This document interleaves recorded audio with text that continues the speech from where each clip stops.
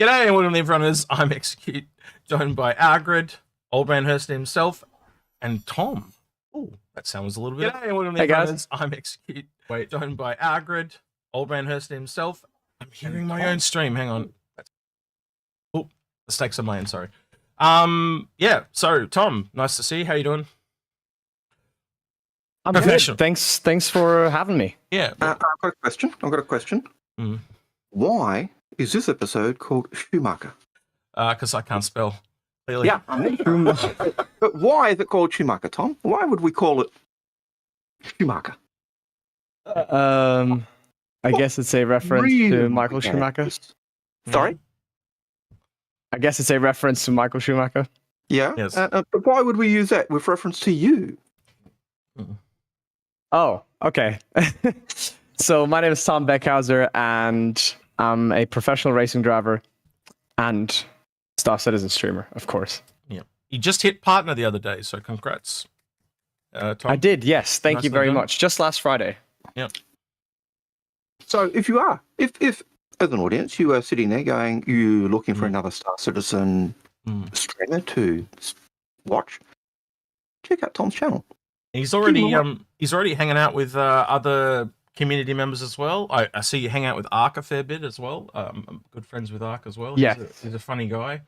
So yeah, and I've seen you with some others as well. I like to get out and meet other streamers and content creators of this game that we all love. So yeah, I like to see that you're already doing that, which is really cool.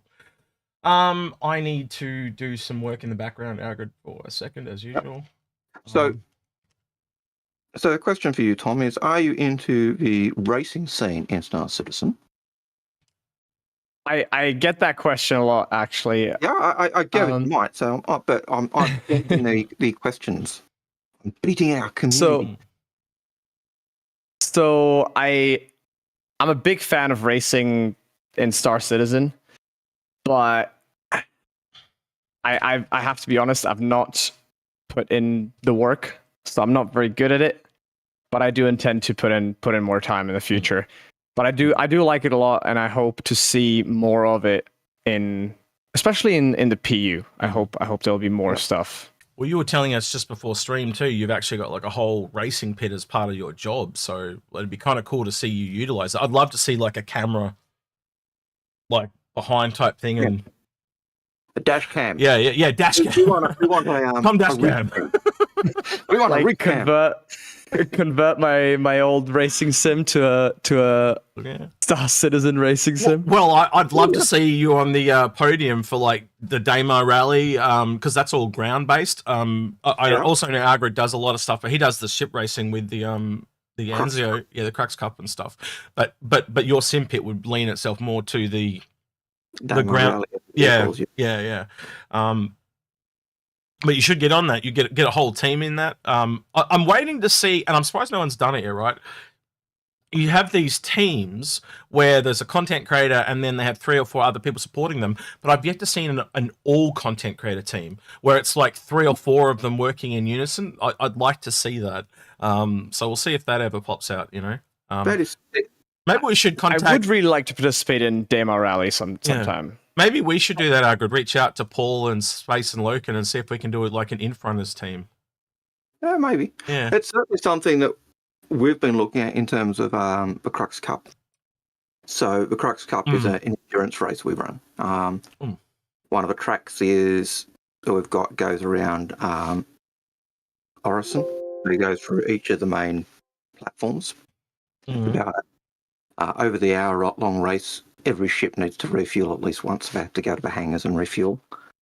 When we do the Gold Dust track on Hurston, again, endurance race, you have to refuel, otherwise you run out of fuel and crash and burn. And what we've got in place it is eventually pit crews, so your fueling station and crews to replace components if they get damaged or broken, or we've got track cleaning crews to clear off rubbish from the tracks because of the persistence now. So they're the ways we're moving in terms of looking for what we want in team gameplay for racing. It's not just a one-man job. Yeah. So Do you do any real life collaborations with other people? Because usually they have 2 drivers per car, don't they, these days, Tom? No, so not in what I've raced. So Formula cars are only 1 person per car. Oh. But you have touring championships where it's like bigger, slower cars like Ferraris, Lamborghinis, where they change driver. Yeah. And then you have obviously endurance, which is like 24 hours, 12 hours, 6 hours, and things like that. That's normally 3 drivers. So we've race. So if you've got any questions for Tom, get some of those in today, and also just your regular questions. We've got 3 questions right now. This stream lives and dies on questions, as you guys know. Yep. So if you'd like to get a question in, if you've got any, I don't know, what type of questions would you like to hear, Tom? Are you sick of racing questions? Would you prefer other? No, I love talking about racing. Yeah. So what? And Star Citizen. So just a bit of everything then. Okay. Yep. So we'll bit of everything. Yep, everything's fine. Try and chuck some in there for Tom. Algared, can you recenter yourself, please? You're off to one side like this. Yep. Is that better? That's much better. I thought it was an artistic choice. Yeah, I was starting to think I was just wondering if he was collapsing again. Because you see, I'm sorry, chat. I'm sorry. Yeah. I'm arresting my duties to you. Yeah, I don't know if I don't know if you know Tom. Algared's not been the best health wise of late. He's we're worried about him. So yeah, just to say the least. So yeah, I can't tell if you're serious right now. No, I'm. There was a couple of weeks ago, both me and him were in hospital at the same time, right? So it was real worrying. So yeah, I was in hospital as well. But you're laughing while saying this. Oh yeah, we're Australian, man. Yeah, that's the only way to roll with the punches, man. Okay. Yeah. So what's getting morose and sad gonna do for you? Nothing. But that's true. Pat asked me to show your inadequacies for being late. And I pointed out, hey, you were here before me. I was. But we were talking and socializing, and that's really important. But we did find out that you're old. Yes. We found out how bad your age is affecting you. Yep, I'm definitely getting that way. Goes to board games every Thursday night. Yep. I told him on Thursday morning, I said, don't forget board games is on tonight. He didn't go on Thursday night. Since we moved the streamer day, I keep going on Fridays. Because in my brain, it's like the day we stream is the day. And I just thought, you're older than I am. Yeah. Who's the old man here? Yep. I'm getting that way. So I was actually giving him a bit of stick before the stream. I'm sorry you don't get the sense of that ribbing that I was giving before the stream, but there you go. There's a little bit of roasting for him. What we're going to do, though, is before we kind of get into the questions and stuff, I want to go through this trailer. Algared hasn't had a chance to watch it yet, so we'll go through it in its entirety, and then we'll talk about it, okay? So it only goes for 48 seconds. It's pretty short. Here we go. 2 weeks of...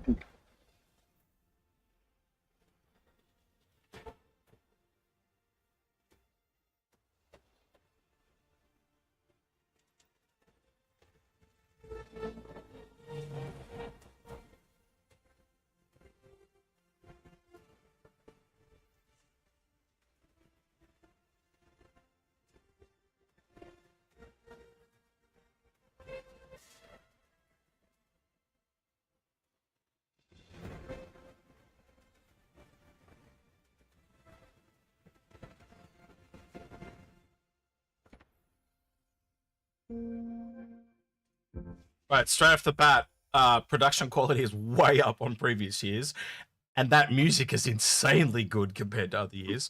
And I know Algared has got eyes like a hawk. Did you notice it, Algared? All I noticed, we're back at Art Corp. Yeah, okay. I'll play it again, and we'll go through it frame by frame type of thing in slow mo. Tom, have you?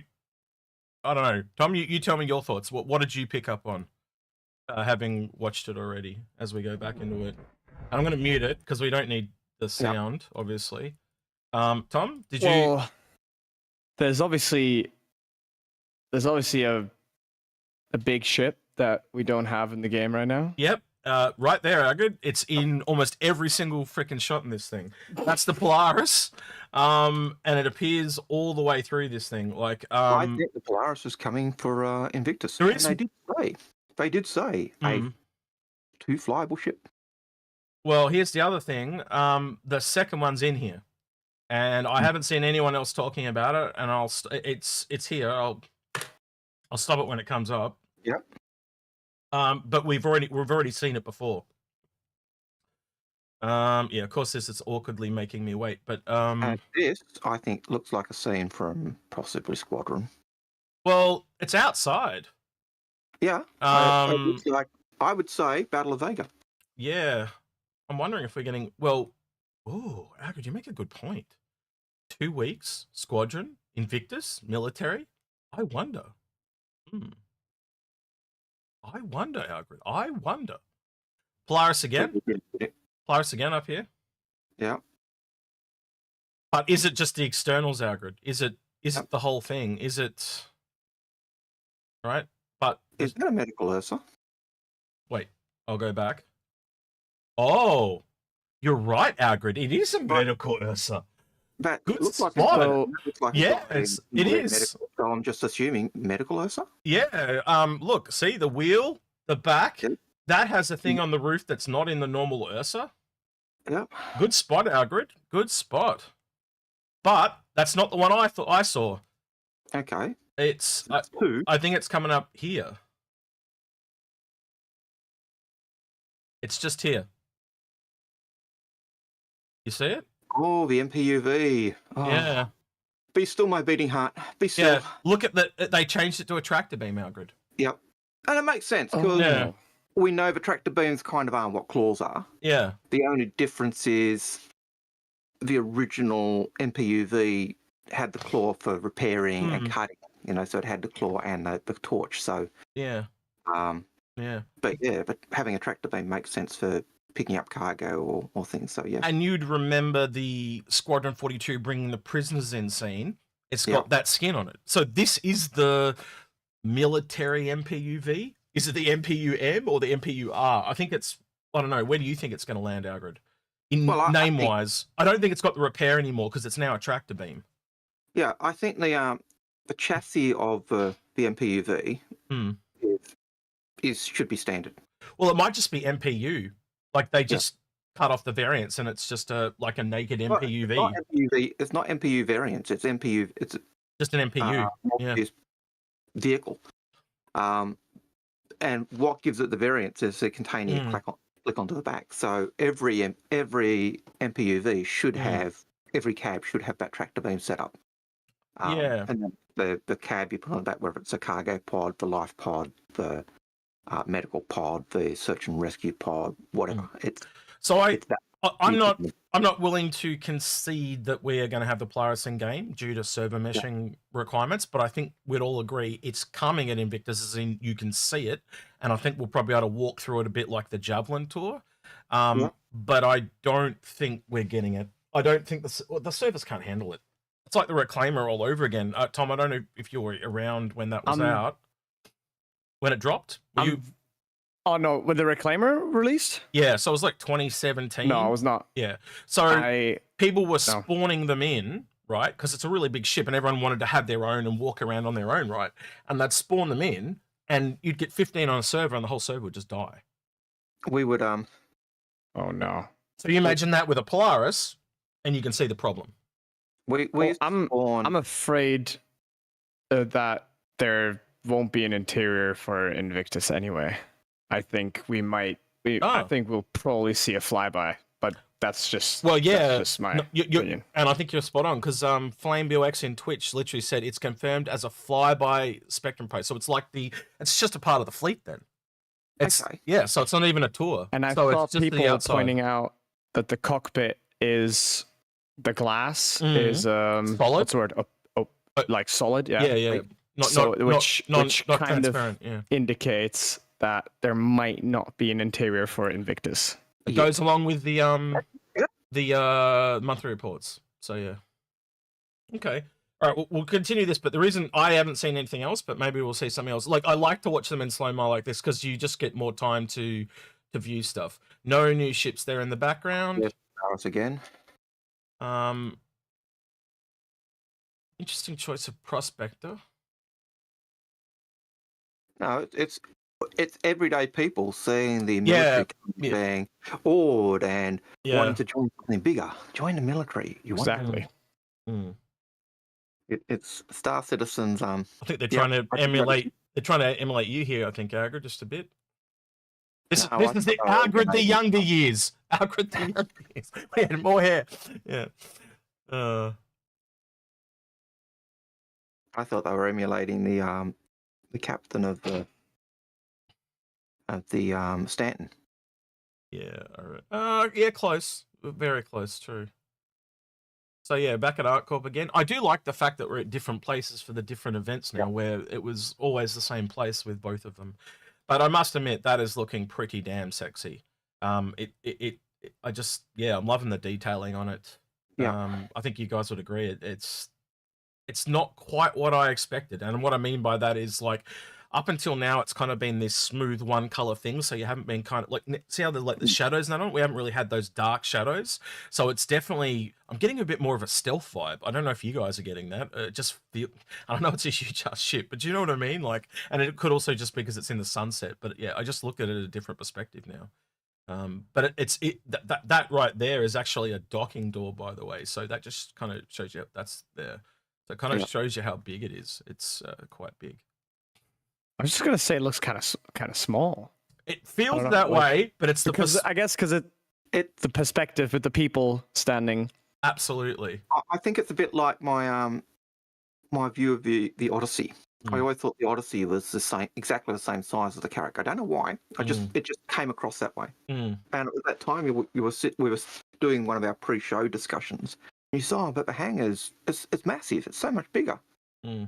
And you said, just think about the hangar. And the second you said that, I went, oh, it's got to be bigger. It's got size one hangar. And then you compared them on our ship viewer, on the Starlink's ship viewer, and it was like, oh yeah, it dwarfs the character. But that's why I brought it up, Tom. Literally to your point, that little door there is for people this size to walk through. So it kind of shows you the whole perspective is completely out of whack. Very much so. All right, got a little bit left to go. Let's just watch the rest of it so we can say, yep, we went through it with the fine-tooth comb. But yeah, I haven't seen anything else. But yeah, Medical Ursa and MPU whatever. I think they're definitely the two that we're getting. And then, so what ship do you think is straight to flyable? Well, neither of those. I did say NISC. Neither of those. Well, technically you could get away with with both of them being straight to flyable, but they're kind of variant. So if that is the case, I kind of only one of them's a ship, isn't it? If you do the math. So yeah, but if that's the ship we're getting, I'd be a little bit. Well, I thought John indicated a new ship that was straight to flyable. Yeah, and that wouldn't be. Yeah, the Pulse is technically straight to flyable as well. But coming before. Yeah, but again, look how close we're getting, Algared. Yeah, like we're literally talking less than 2 weeks now. Yep, and 2 weeks. Right? No, sorry, it's American time, so it is exactly 2 weeks. And I know they did say on the IC that they kind of the last update also had back end stuff for Invictus. So we'll go through we'll go through the Pulse in a little bit because I'm sure Tom's got a lot to say about the racing stuff there. But Tom, what do you think about Invictus being 2 weeks? Does that say, and what Algared said about Squadron? Because I kind of sit there and go, I wonder if there is Squadron stuff in this because it's usually it's a week. Now it's 2 weeks. Why? Why is it 2 weeks long? Because we've got so many ships. But I don't. Is it the start of the hype train, Tom? I don't think it has anything to do with Squadron. You think it's just money? I don't mean to. Bigger sale? Maybe they just want to give players more time to play with the ships. I no reason. So no reason at all. It's just 2 weeks to make more money. Okay. I know. I put that out to chat as well, guys. Possibly. You guys give us your thoughts on that, or in a statement. You can do that in a question as well if you put statement, or ask us a question as you want. I personally don't think we'll hear anything about Squadron until CitizenCon. Okay. Yep. No, I'd kind of go along that line. Well, I was just saying that combat scene just looked like taken But that's just my expectation. You know, I would love to be surprised. Yeah, I'm just asking the questions too, because like if you don't ask the questions, sometimes things rattle out. Yeah. Yeah. Okay, so 2 first-time chatters on Twitch say, so Protostar says it's probably money. They are down on cash at the moment. They're not down on cash. They're trying to raise money to market Squadron. That is the big thing. And Pretty Vanilla says, or more events, locations going on. Wait, more events or locations? That's my girlfriend, actually, Pretty Vanilla. Oh, okay, what are you? Well, She's making me pizza bagels in the kitchen right now. What does Mrs. Pizza Bagels mean by or more events or locations going on? Maybe something cool, sort of a traffic or the testing something out. Does she mean racing locations? Is that what she means? No, I think and like maybe there could be some like actual player events in the persistent universe during Invictus. That kind of makes sense. Which would be really cool. We're getting that Xeno thing, aren't we? So you could be right. Maybe there's be really cool if that was somehow connected. Did you notice how to Xenothreat? I did kind of see a slight theme, and it was medical based. That they had like had a humanitarian theme kind of going. Yep. The only ship that didn't speak to that was the Prospector. But that whole scene where there's a fight there, and then when the MPUV turns up, he's dropping supplies and medical supplies off as well. So I'm wondering maybe there is some kind of new event coming with Invictus, and it's an event tied in. They've never done an event and a sale at the same time because usually the service can't handle it because you've got so many people that turn up for Invictus that are just the casuals, and they want to just get them into the game. Tom, I'm sure you've been through a sale by now. The servers run terrible for the sales because there's so many people trying to get onto the servers. I've seen some pretty bad shit. Yeah, I think there's also the issue of Invictus is not only a sale and an event; it's also a free fly. Yeah, that's what I meant. True. Yeah, the free fly just has so many more people come in.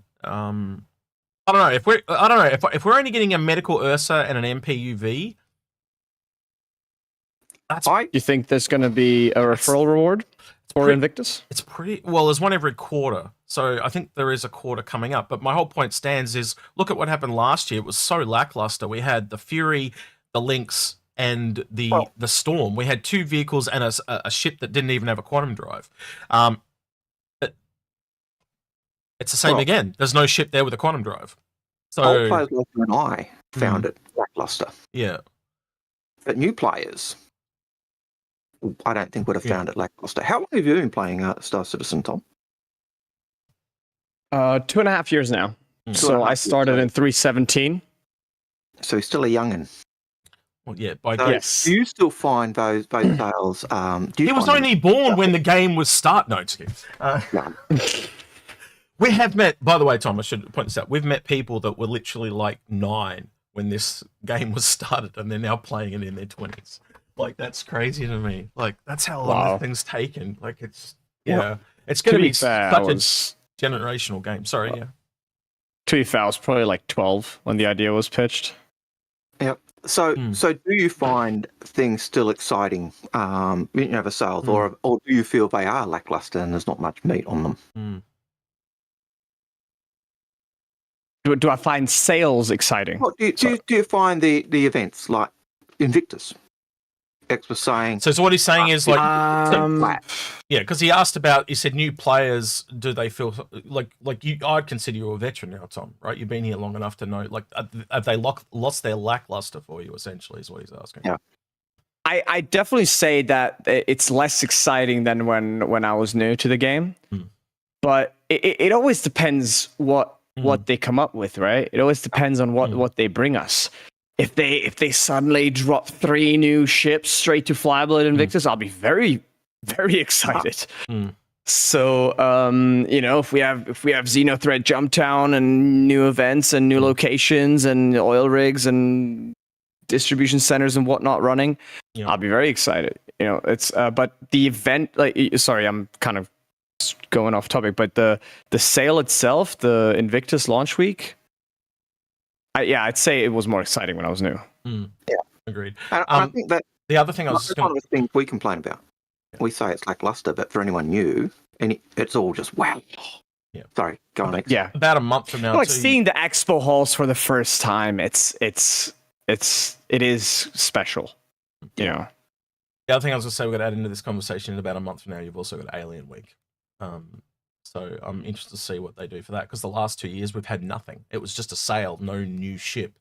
They haven't even uttered a word about the Raelian, knowing that it went into, started work after they finished the Santoki Eye. So I would not expect to see that to at least CitizenCon. Or did they put more people on it and got it out in 6 months type of thing rather than 12 months? But I really don't see that coming out at Alien Week. I don't know. We haven't heard anything about it since December. I don't know. What are your guys' thoughts on that? Another different alien ship, or we might see the Raelian at Alien Week? Raylan? Yeah, the bigger ship bug attack. I hope to see more alien ships because I think I like seeing untraditional and weird looking things like the Seulin. I don't like flying the Seulin, but I think it looks really cool. And in general, like the other alien ships like the Santok and the Kartual, I love weird looking things. But I do realize that they are a different challenge. So I hope that we get something, but I wouldn't be surprised if we didn't get a new alien ship. Yeah, some people in chat actually kind of not stole, but are thinking along the same lines as me, is we will probably see Saulian variants as well. Both the last two starters, so the Cutter as an example, and the Pisces have both had variants now, and they usually separate them out a little bit. But again, if you've got more ships coming, we might see a Saulian variant rather than at the end of the year. We might see it now, because we also know more than likely, based on that silhouette image, that there's an advanced starter coming, and I reckon that would, they like to drop those at the end of the year for new players. And it's been pretty consistent the last 3 or 4 years that they've done so. So I'd be surprised if we saw that ship, unless it's not a starter, and then it's in fact a fighter with cargo, which would be different, to say the least. I'm just going on stats here. It's more than likely a advanced starter that's coming at the end of the year. But anyway. So here's my hope for Invictus, not Invictus, Alien Week. They actually make Tavaran playable. The dream. It's a dream. You're living I have not heard anything from DRG. No. DRG has not mentioned this is going to happen in the short term. No, you're living in They a make dream. what flyable? He's living in a dream world. Don't worry. He's living in a dream. Yeah, that is. It was a dream. That's What's the dream? So eventually, they've talked about that you will be able to play as alien races in the game, right? And so now Algared's hinting that he wants They to play. mentioned that. Yeah, I said I'd love. Yeah. Well, So he's jumping about 10 years It's into the future at this point. That's right. Yeah. I thought that we are exploring the universe from the perspective of humans. We are, but they've also hinted at expansion packs in the future. And one of the things that you can lean into on that, for example, is we already know alien races behind the aliens, right? So we know about the Cathak behind the Zion, and we know that the Zion are in a spirit war with them, for example. And I came up with a theory years ago that the Cathak are actually robots because they're in a spirit war. And now Paul and Algared run with that on their lore channel quite a bit. But yeah. I like the idea when you first said it, and it just made sense. But yeah. Citizen Scott says dream, more like a hallucination. Absolutely. Oh my god. Which is why I broke into it. Tom, you're gonna make everyone. Where's Pretty Vanilla? Come get her on here. Get her to say hello. Yeah. You can't be cooking good food like that and not sharing with the rest of us. That's just make us jealous. How you doing? Hello. Nice to meet you. There's Pretty Vanilla. Yeah, you're spoiling him. That's not fair. There's the bread, the pizza bread, and then some potatoes. What did he do to earn all that? I was not expecting to come on here. Where's mine? Yeah, where's mine? My pajamas. Yeah. What did Tom do to deserve that? I'm a good guy. I treat her right. Oh, that's good. That's good to why see. he got the pizza bagel. All right, goes both ways. I made the bagels too. Nice. Wow. You Good. must be good. Homemade dough. Damn. It sounds like she's a bit of a cooking connoisseur, Tom. You got lucky on that one. Yep. I'm extremely lucky. All right, let's take a question then, shall we? So, Algared, you want to kick it off? Yep. So our first question looks like, first question was people saying your audio mixer is playing up.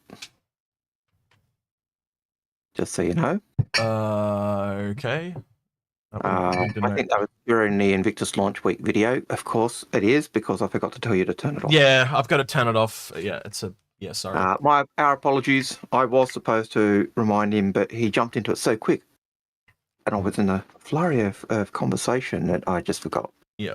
Suck it up, guys. That happens in a live conversation show. We're a radio talk show, not a video show. Yes. Yeah. Our first question is from Citizen Scott. Have you seen that funding is down over 20% from last 2 years, according to CCU Game? I think CIG. That's not true. Can they make up it with Invictus? Look, if there's anything... That copyright. Look, okay, let's just say it's true, right? We're not saying it is. And again, you'd need more official stats and stuff. And I'm not going to comment on whether it's legit or not. I think you could say that there are possible reasons for it and against. And I've talked about it with Algared extensively. It feels like one of the biggest lull periods we've ever been in, with the exception of what I call the eye of the storm in CitizenCon.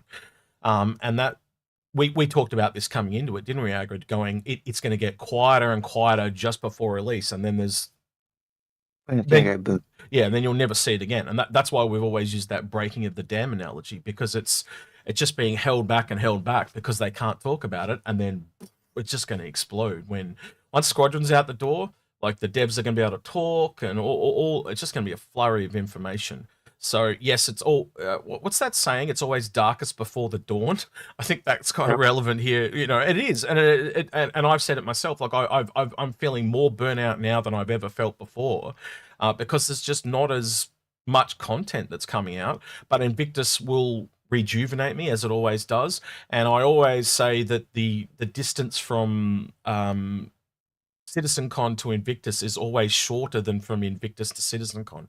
For some reason, those months of, I don't know if it's the cold or whatever that we have in Australia at the time, but it just seems to take way longer to go from Invictus to AIE than it does from AIE to Invictus. I don't know if you... I would have thought it was the other way around, because it's the AIE to Invictus, where we're in that drought period where they go on holiday and then they slowly pick things up. Whereas from Invictus onwards, it always seems like it's, you got Invictus, you've got Alien Weekend, it's just bang, bang, bang, bang. Yeah. So different perceptions for different people, but yeah. Yeah. No, Tom, I apologize. Yeah. It is actually 20% down, but I misunderstood. I thought you're saying the last 2 years were 20%. It doesn't matter. This year is 20% down from last year.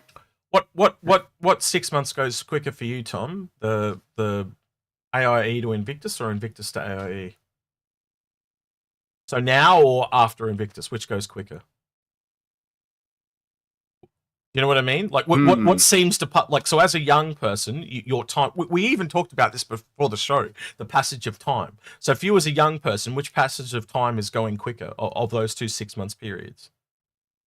It's just a feeling, because obviously it's not actually going quicker or slower. I'm just asking you which feels like it's going quicker. I think now the summer is going to go quicker. Yeah, and that's what it's like for me. But I've had it the other way too, so yeah. Yeah. All right. Next question. Summer for you is the winter from for us. To IAE, isn't it? Yeah. It's the opposite of us. Yep. Just making sure we're on the same. We live upside down, remember, Algared? Yeah, I know that. It's harder to live here. The gravity, is going the opposite way. We've got to walk around on our hands. Time goes backwards. Yeah. That's why we're smarter, because the blood rushes to our head. Exactly. So stronger upper body, all that type of stuff. Yeah.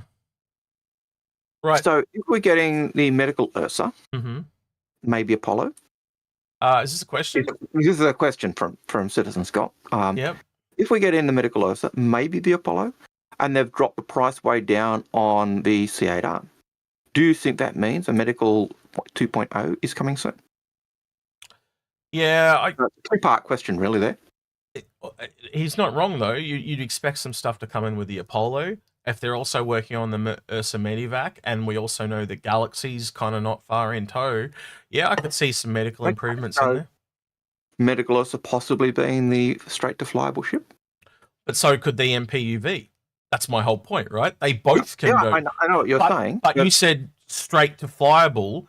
They are known because they showed them both in the silhouette video, so they aren't the straight to flyable. Technically speaking, yeah.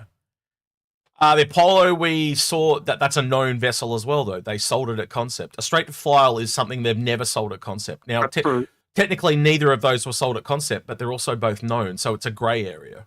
Okay, in which case I go to possibly the. I think I think the new vehicle was not in that video. Yep. And I didn't see that big kind of Fury ship. I think it's the mirror heavy fighter, something that's going like a Vanguard, something with redundancies. It's medium. It's a medium-sized ship based on the scale of it. So, do you know what we're talking about, Tom? Before we get into details, or are we going to areas that you do not understand? No, the Mirai. What is it supposed to be called? Mirai Guardian? Yeah, that's the one. Yeah. So you've seen in the silhouette video? Yeah.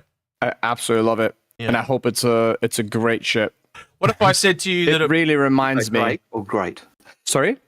Did you say Drake or great? Great. Obviously, sorry, he's picking on your accent and you're eating at the same time. But what would you say if I said I have a running theory that I think there is a racing variant of that? And this is based on. Did you see the Zeus ST? I heard of it. It also has a turret on top, just like the MR. Right? That is correct. So if I can find a couple images, I will flick it over to this. Just give me a second. The image from last year is where they had all four of them. Images. I got to put in Star Citizen, otherwise I'm getting burritos. Apparently, there we go. So they actually it's going to open a real small one, isn't it? Yeah. Yeah, so they actually had this up on their site very briefly before they took it down. They also had menus that literally said Zeus, and it literally said racing, and then the racing one disappeared. So again, a lot of what Algared and I do here is connecting dots, right? So I'm connecting dots, and again, you remember the Fury LX? It had fins all over it as well. It's like a racing hallmark. The X1 racing variant has fins all over it as well. Those fins as well. Yeah, so they extra body pieces essentially assigned to racing. It's way too big, and that's what I thought at first, right? But if you I don't like this. Yeah, well this is why I'm going to put it to you, Tom, right? So I think what they're going for with the medium-sized races is not like a little track race, but I think they're going long-distance endurance across multiple systems. And if you think it that's interesting. A bit like pod racing in Star Wars, where they had the Tusken Raiders shooting at you, that's why it has turrets, because you might actually get attacked by pirates going through particular zones and stuff like that. It's got the extra guns. Why do you have multiple people on board? Well, what if things break down? You might even need to go through particular zones, so you have to change components over. So what if you need special shielding for a particular area? If things break down, someone fixes it, etc., etc. So you could have like rally racing. Yeah. And bringing this back to checkpoints. And the reason why this is not out, it would be the only racer in that class, right? Medium-sized racer. Now we've got the potential Mirai Guardian coming in, performance from Mirai. The only two ships we see from them is combat and racing. You see where I'm going with this? This is a ship that can now race against this one. So if you got 2 or 3 different medium races out, then you could release them all at the same time and basically go, here's some medium races for long distance racing. The other part of it is obviously it requires server meshing because you're going to have to go through the jump point. Otherwise, you're just racing around Stanton and it's going to be a bit weird. Now, here's another little bit for your conspiracy theory type idea there. Yeah. We were talking about the Vanguard the other day. Mm-hmm. Vanguard's heavy fighter with redundancy, which I think is really going to come into its own with engineering. Steamers, these medium ships for repair. How about a Vanguard racing variant. I think, and that's I think what Algared's kind of hinting at there is we started looking at other manufacturers, and I can't. He went to the Vanguard. I went to the 400i. Why couldn't you have like a 450R or a 450M or whatever, you know? And that makes a lot of sense to me. Again, it's three people. Origin do have that history. Yep. So you start looking at people that also make races, and you quickly realize what was it you said about the I? It actually stands for interchangeable or something like that in Origin. Yep. So a variant of the 400 makes a lot of sense because it means, well, you look at all the other ships in the series except for the 890 Jump, which is a J, not an I. 600i's got modules. The 300i's got modules. The 100i's got modules. The 400i is the only one that doesn't. What do you reckon, Tom, if we did something like that? If you took another essential medium-sized ship, I know it's technically a large, but it's got medium features. So if you took a 400i and made it a racing variant. I don't think it's too far-fetched. I think it fits. I think it fits in that category with the Zeus. And if you're gonna go that route, why not? Yeah. And M Walker's also thought along the same lines as us. He's also said, how about a Spirit Racer, which is also the other manufacturer I looked at. Star Runner, very fast, medium-sized ship. I could totally see a racing ship from them. Also, Algared will tell you about, in lore, the Mercury... the MSR had a lot of racing variants, but that ship was originally a medium ship and it's grown to a large. So I think they would take that lore and put it back onto the Spirit. What do you reckon, Algared, in that? Yeah, I don't think I said the MSR had a racing history, but it might have been lore. It might have been Paul then, because Paul, there is a MSR that has got racing stuff on it. I know that. Certainly, the MSR we've got in, the Black Duck was certainly what have they called it? Was a very fast ship, and it was you were basically racing to try and catch the thing and cut it off because it was so quick and nimble and had such endurance. All right, so it makes sense. I'm going to let Tom speak to this because Citizen Scott just said, "Who wants to fly in a straight line for hours? I don't get it." It's a racing question, so it's all yours, Tom. Yeah, it's not a straight line for hours. It'd be like checkpoints, wouldn't it? It'd be more like rally driving, wouldn't it, Tom? What you could do is have these checkpoints and have, like, what do you call it when they run around with the maps in their hands? Origami. Origami. No, origami? Like, not origami. No. Orienteering. Orienteering. Yeah, sorry. Origami. Sorry, like, yeah. What? They're Surely both not origami. They're both Japanese. That's why I stuffed them up. Anyway, sorry. Orienteering. Yeah, my bad. Orienteering. Yeah. You could do something like that where it's not just flying in a straight line, where it's actually like you have to figure something out. Yeah. I don't know. I'm also just dreaming right here. No, but again, we know they've got checkpoints that they drop down for racing. So dropping checks down. Here's the thing. The thing that you'll notice between the checkpoints, it's still just going to be a straight line, right? Most of the racing has been on planet up until this point, or in atmosphere, right? The only tracks I can think of is the one around Grimhex, and the one they put around the Pyro jump point. So this is all of a sudden taking racing into space in a lot more, like, and again, if you've got such a big area of space, I can see it. Like, I didn't see it at first. I was really reluctant to go, why the hell would you want to race in a medium ship? And I really had to think outside the ball. And once I started thinking endurance, and what actually triggered it was here in Tasmania, where I live, they have a thing called Target Tasmania, and it's a worldwide. I don't know if you've heard of it, Tom, but it's a worldwide known rally race. Have you heard of that, Target Tasmania, or not?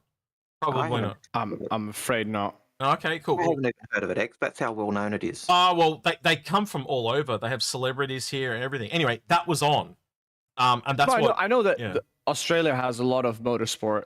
Yeah, but it's just so far for me that I've never looked into it. I just thought I'd ask. Which shows me it's not as well known as I thought. But yeah, long story short, that's what triggered it for me. And then I started thinking, okay, now I can kind of see it. So I don't know. I'm not a racing person, so that's that's why I pitched the idea, and I think that's where they're going with these series of ships. I think, and they did talk about in the past about all ships could eventually be races. They did kind of say that way back when. And I think that's why this was pulled, though. It kind of requires, well, it doesn't require server meshing, but at least requires other ships to be in its class, so you can have a couple of them. Otherwise, it's like racing in mules. Everyone's in the same class, you know. You want to have differential things so that you can differentiate a little bit. Yeah, one of the things I like that we do with Crux Cup, every ship can race. Yep. And they're all broken into their classes, but we're all on the track at the same time, a bit like the Bathurst 1000. So I do like that. But yeah, I quite like the long endurance racing type stuff. So anything they do that's endurance, whether it's in space, whether it's more of those ships, even on Crux Cup, in those endurance races, we have the large ships, the C2s and 890s and you name it, anything. If it's flyable, it can race. So one day we'll have a Hollies when they're in game. So I know you're dreaming Puyo Knuckles, but you know, just like me, you're welcome to dream. We all dream. We used to do Starfare races back in the day, and they were amazingly fun because it's so different. And every time I get on another stream and someone goes, "Oh, what ship do you want me to low fly?" It's always the Starfare because it's incredibly entertaining to watch because it's only a matter of time before it explodes. It's slow, it's sluggish. We used to do the Rings of Olisar. We used to do those Starfare or. It was like drift racing, wasn't it? Because you were just constantly in this massive turn trying to get it back to go through the ring. Yeah. And the other one we used to do, which people hated when they first brought out Reclaimer, was res about 9 Reclaimers and set them up in a... I remember doing that with Caterpillars and then running a Starfare into them. But you always say Reclaimers, but I remember the Caterpillars. We knew that always challenge the service. So, we'd have 9 of those and then roll the Starfarer down in knocked them apart and the people hated it because we'd basically kill the server. So. Oh, that's a good point. Sorry, first time chatter XTBE on Twitch just goes, and for long distance racing, engineering gameplay could be paired up. Things may break when you go far. I didn't even that is, I had that in my thought process, but I didn't even connect the working on engineering going in. That makes a lot of sense, especially when you're using racing components. Yeah, but like actual having working engineering when they release it. Like it makes so much sense.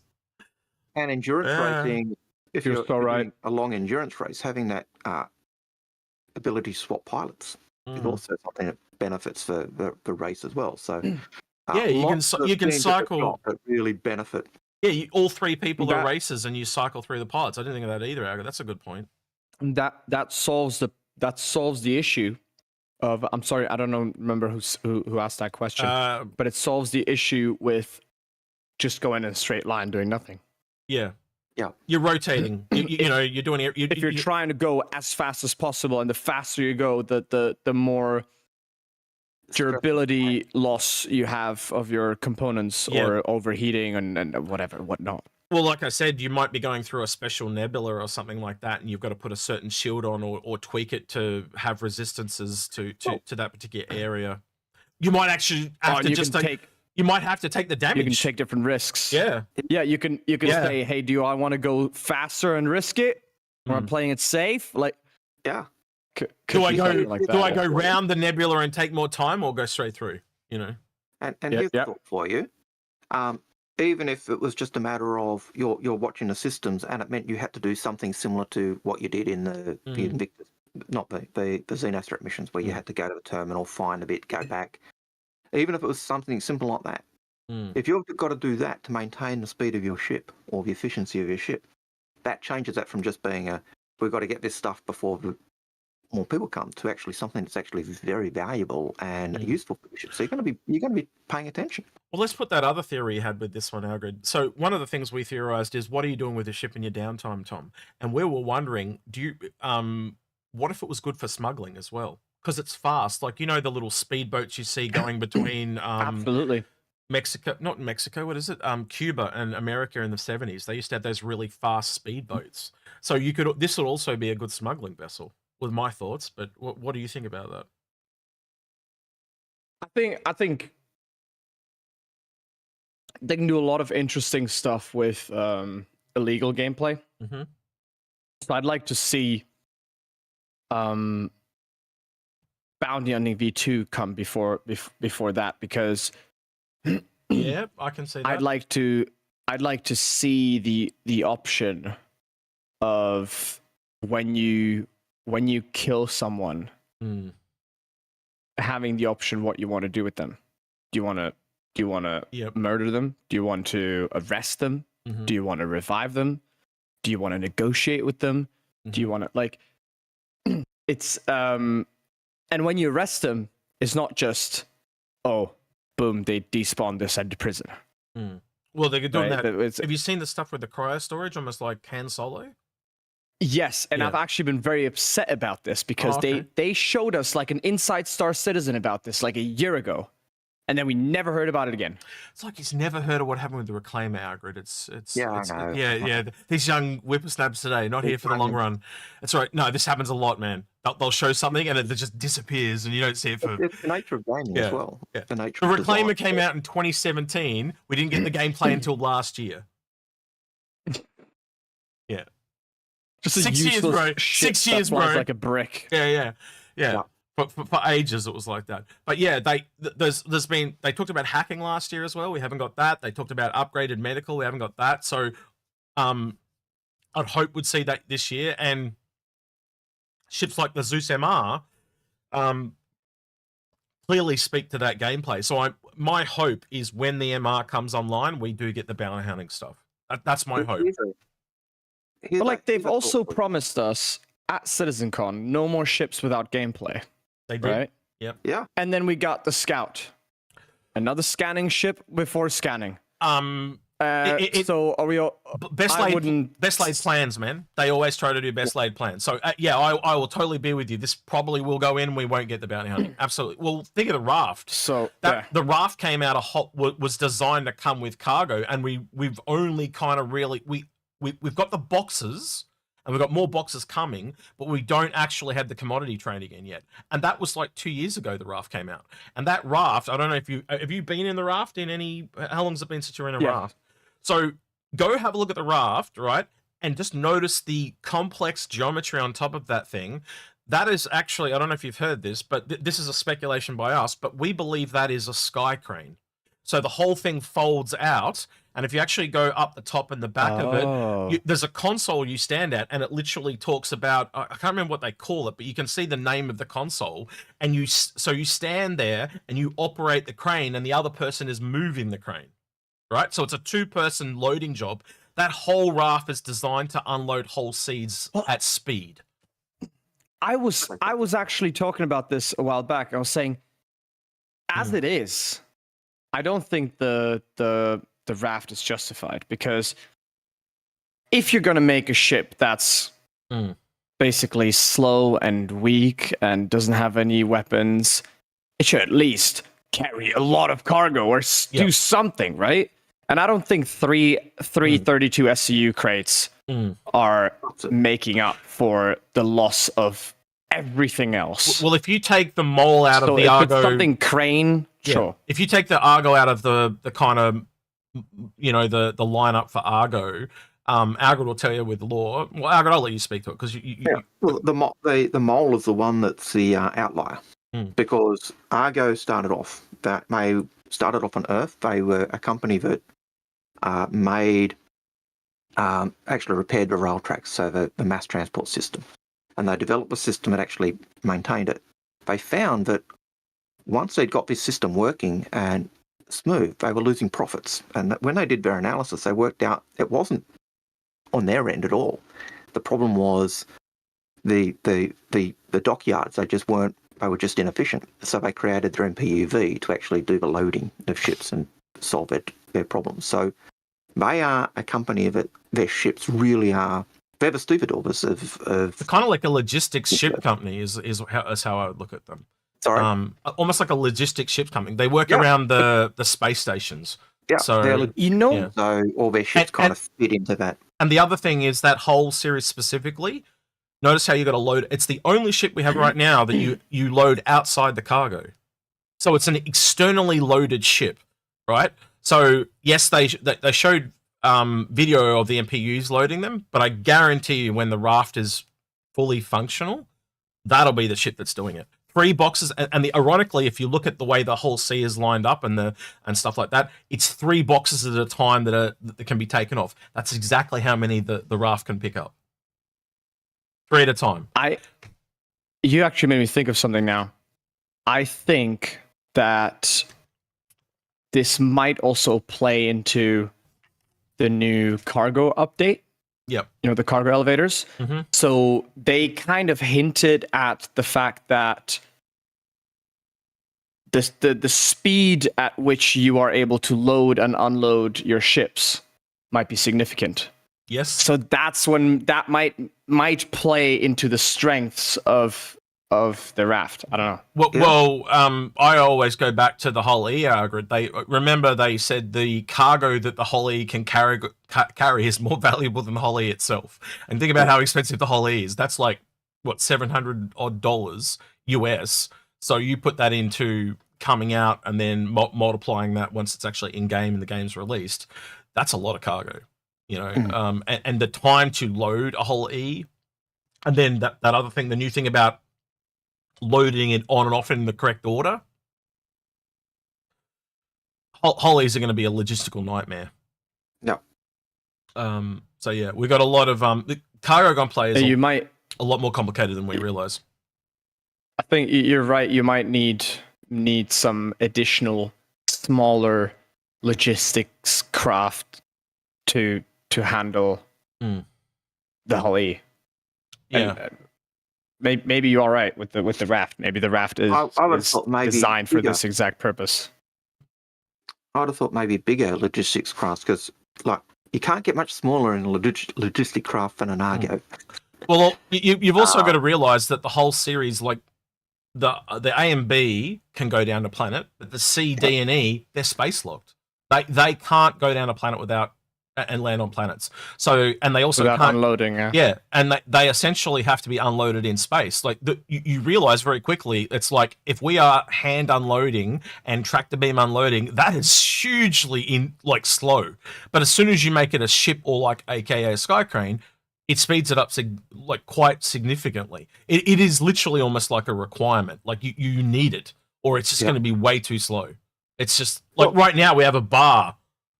Do you think it's not going to be that when it's done? Because everything's physicalized. So as soon as you physicalize it, you're like, am I going to be relying on the tractor beams from just the space station pulling this stuff off? Or do you put 4 of them on a whole sea? That's still 20 loads each. That's 4 ships doing 20 loads.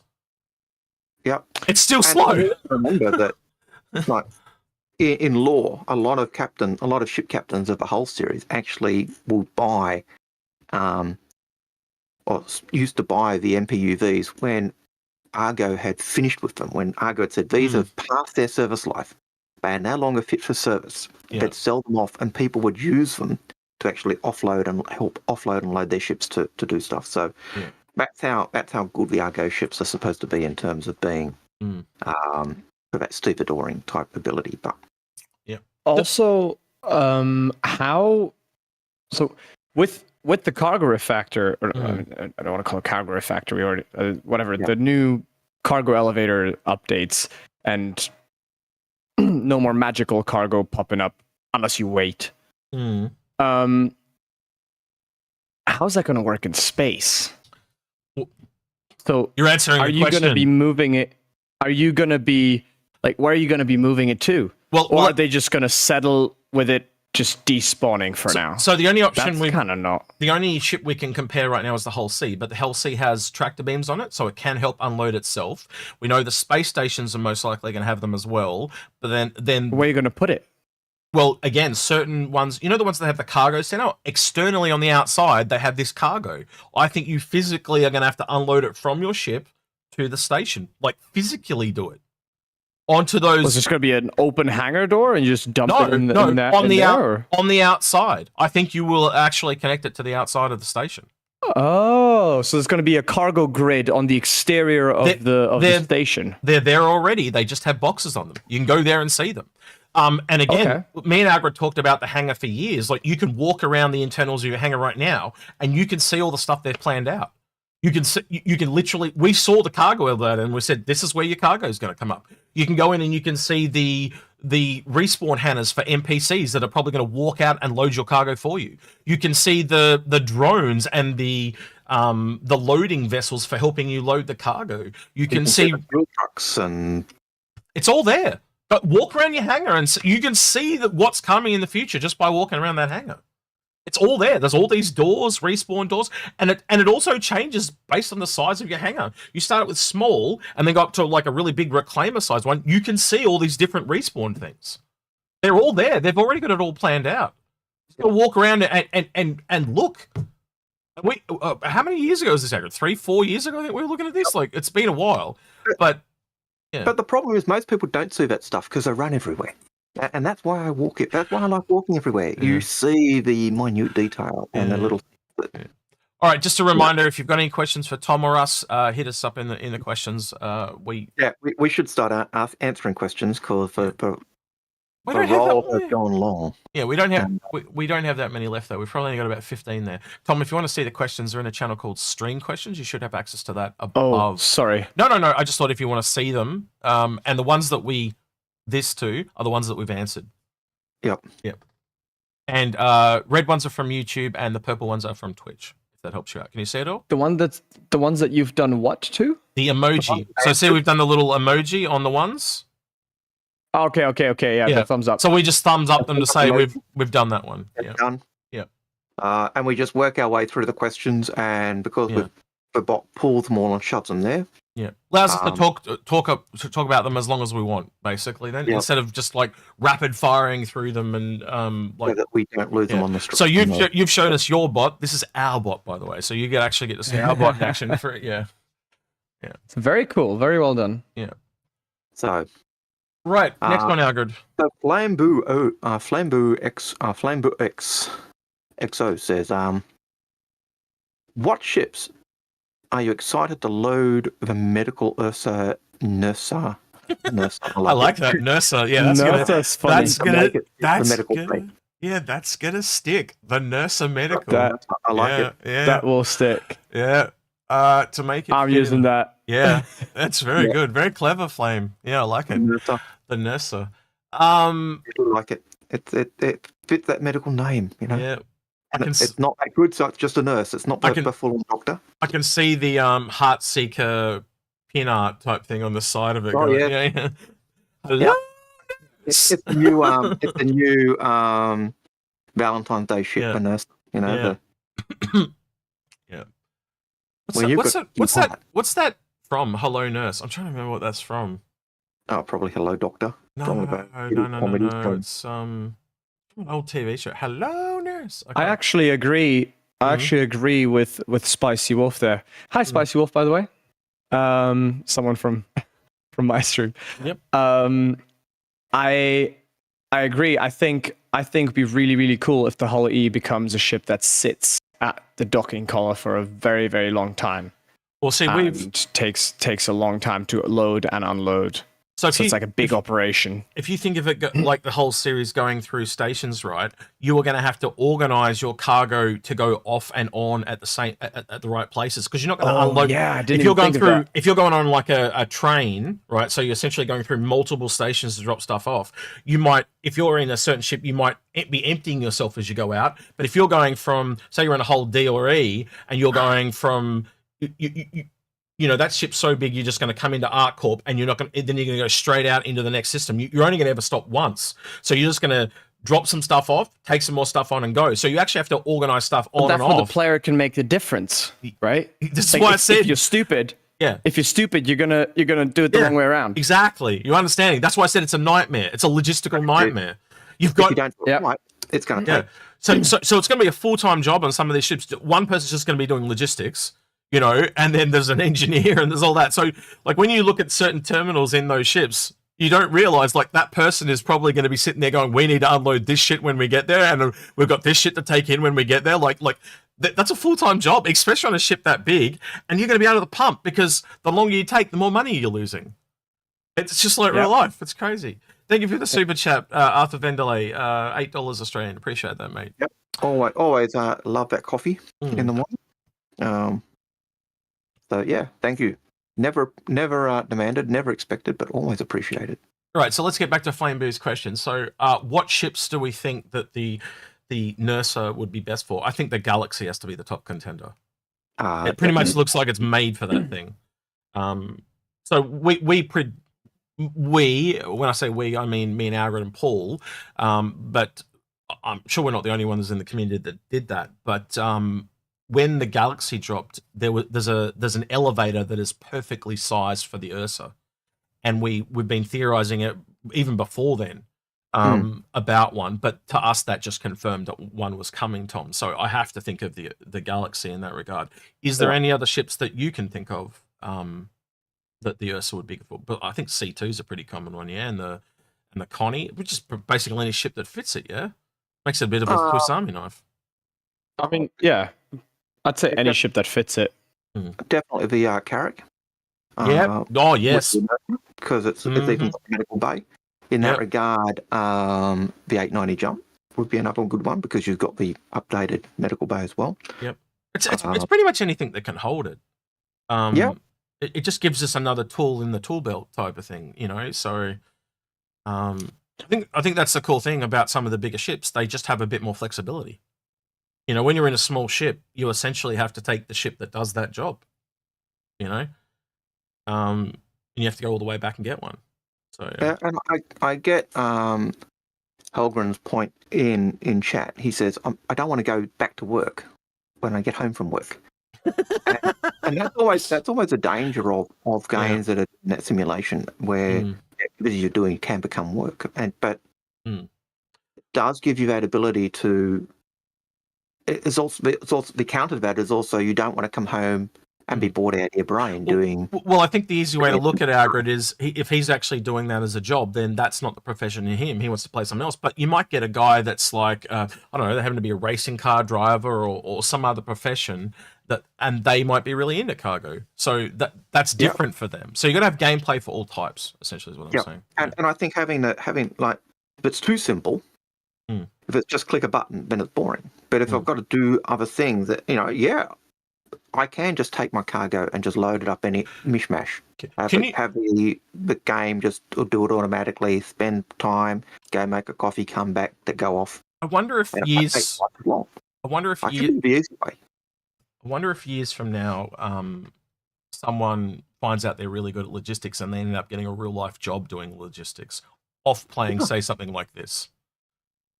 So yeah, it'd be a little bit. It's got to be a little bit like Jenga, surely, trying to fit everything in and all that stuff. So yeah, and I also imagine there is going to be that I just want it to be automated. I don't want to just let the AI do it. And we did talk about different stations will have different abilities to do that. So some stations it might take twice as time. So just real quick, I think it's fine to let the AI do it. I just don't think it should be instant. Yeah, it's not going to be. It's going to take time. But there's another game. I'm glad there is the timer they're adding. If you want to get a little bit of a preview, there's a game called Eco that has these stockpiles where you transfer stuff between stockpiles, and that starts to show you what we'll have initially, and then the next step that no other game has is actually having AI take it between the two parts for you. I have to. So there's a first-time chatter on Twitch called ZDocto5. Everyone needs to remember that name because he's the person that told Algared. The doctor? Yeah. He says, wonder if Algared has heard about Operation Doggo. No, I haven't heard about Operation Doggo. When you find out what it is, you're not going to be happy. I know what it is. I heard about it, and I didn't tell him. It was ZDoctor5, so he's in trouble with Paul. So, all right, Doctor5. Yeah. You're in trouble. Paul's going to be after your head. Yeah. Must keep my home clean. But yeah, I think with the logistics side of things, the loading and unloading ships, you want both sides. You want that ability to be able to say, just load it, and just let the AI do it. And depending on the facilities at the station, it'll be really quick, or it'll take really long because there's not many facilities. But you also want that ability to speed it up by loading some yourself, or getting your friends to help load it. So I love think the you want both idea sides. of going into a station, starting the loading process, and then I don't know, like going shopping while Yeah. it's loading. Yeah, I love the idea. It's just so it feels like at that point it feels like a real game. Like you're doing stuff and stuff is happening You got to without you present. Like you got to Yeah. realize it's not just the whole series either. Like it will be the Polaris, it will be the Idris, it will be the Kraken, and when you start to work this all through, it's like, yeah, there has to be a ship that does the logistics. It just doesn't make sense. Like it's just going to be too slow. Like those ships are just going to be like they're going to take like if you've got a think how long it. So I remember watching certain streamers load a C2 full of cargo, right? And this is back when it was all just the one SCU boxes, right? So that is probably not the best analogy, right? But it literally took them over 2 hours to fully fill a C2 with those single little boxes. Now, it sped up significantly when they got bigger, right? It went down to about 40 minutes, but that's just a C2. Now, you can put that into a Kraken and an Idris where the cargo bay goes up to, like, I think the Kraken's like 1,800 plus, and I do not remember the number off the top of my head. But again, the point I'm trying to get at is that's like double that. Like that's an hour and a half to load a Kraken. That's insane. Here's another thought. When we were doing the original Xeno 3, and we were loading the cargo that had to get to the station, I'm sure you remember how people would load the cutlasses or the whatever. They just track the beams and just throw it in, so it's just a pipe. If you've got fragile cargo or cargo that's going to explode if you do that, you're going to need to stack it. This is the other part this is the other part we haven't talked about with Tom too. So we have this thing about high and low tech that we know that's coming into Tom, right? So we've been talking right now about a station, right? Now someone in chat just mentioned the BMM has 2,800 SCU of cargo, right? So you're loading that at a station. You can do that pretty quickly. You've got the services that helped you. What happens when you get out to the sticks and you're in the middle of a little outpost and they don't have those things? All the machines, they've got one guy in his MPUV. They have, back at the station, they have automated drones and heaps of people to help you. You get out to the sticks. Well, that's your problem. Yeah, that's what I mean. Do you take come prepared? Do you take an MPUV? Yourself. Do you take an MPUV with you? Do you take a mole with you? A mule with you? Do you give up cargo space to take those with you, or do you have them already there that you've previously purchased and left them there? All these questions come in. All of those are options, in my opinion. I think it's your problem. You got to deal with it, figure it out, and that's how it should be. And I love that. Yeah, it shouldn't just be you can arrive anywhere you want and press a button on a terminal.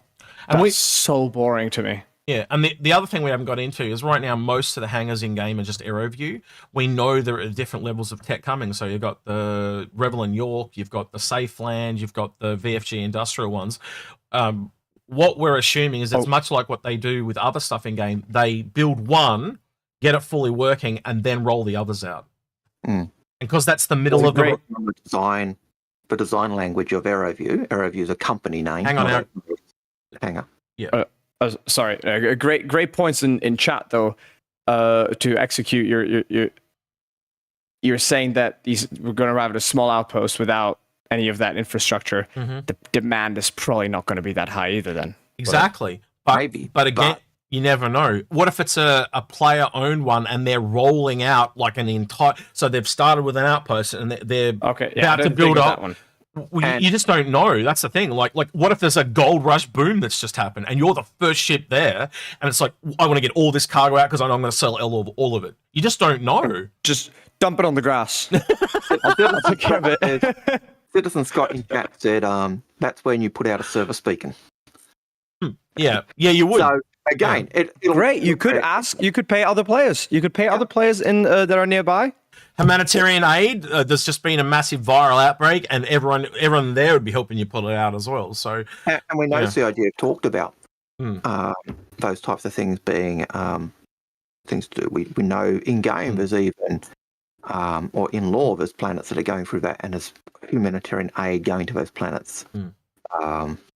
So yeah. It's you got little ships that kind of help themselves on that regard too. You got like things like the Caterpillar that has its own little elevators and stuff like that.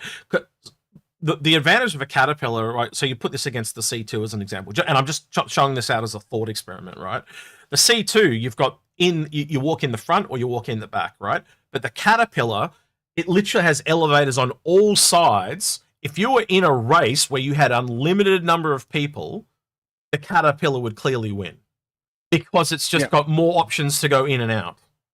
Right, so again, we haven't even got into that level of detail yet, right? You start to see very quickly some of its parts. This is just getting too complicated. So you look at the caterpillar. Yeah, the doors are lower down on the caterpillar. They're actually the loading lift for the caterpillar. So they go down to the ground. You put your cargo on, it goes up, then you put it in, and then close the door.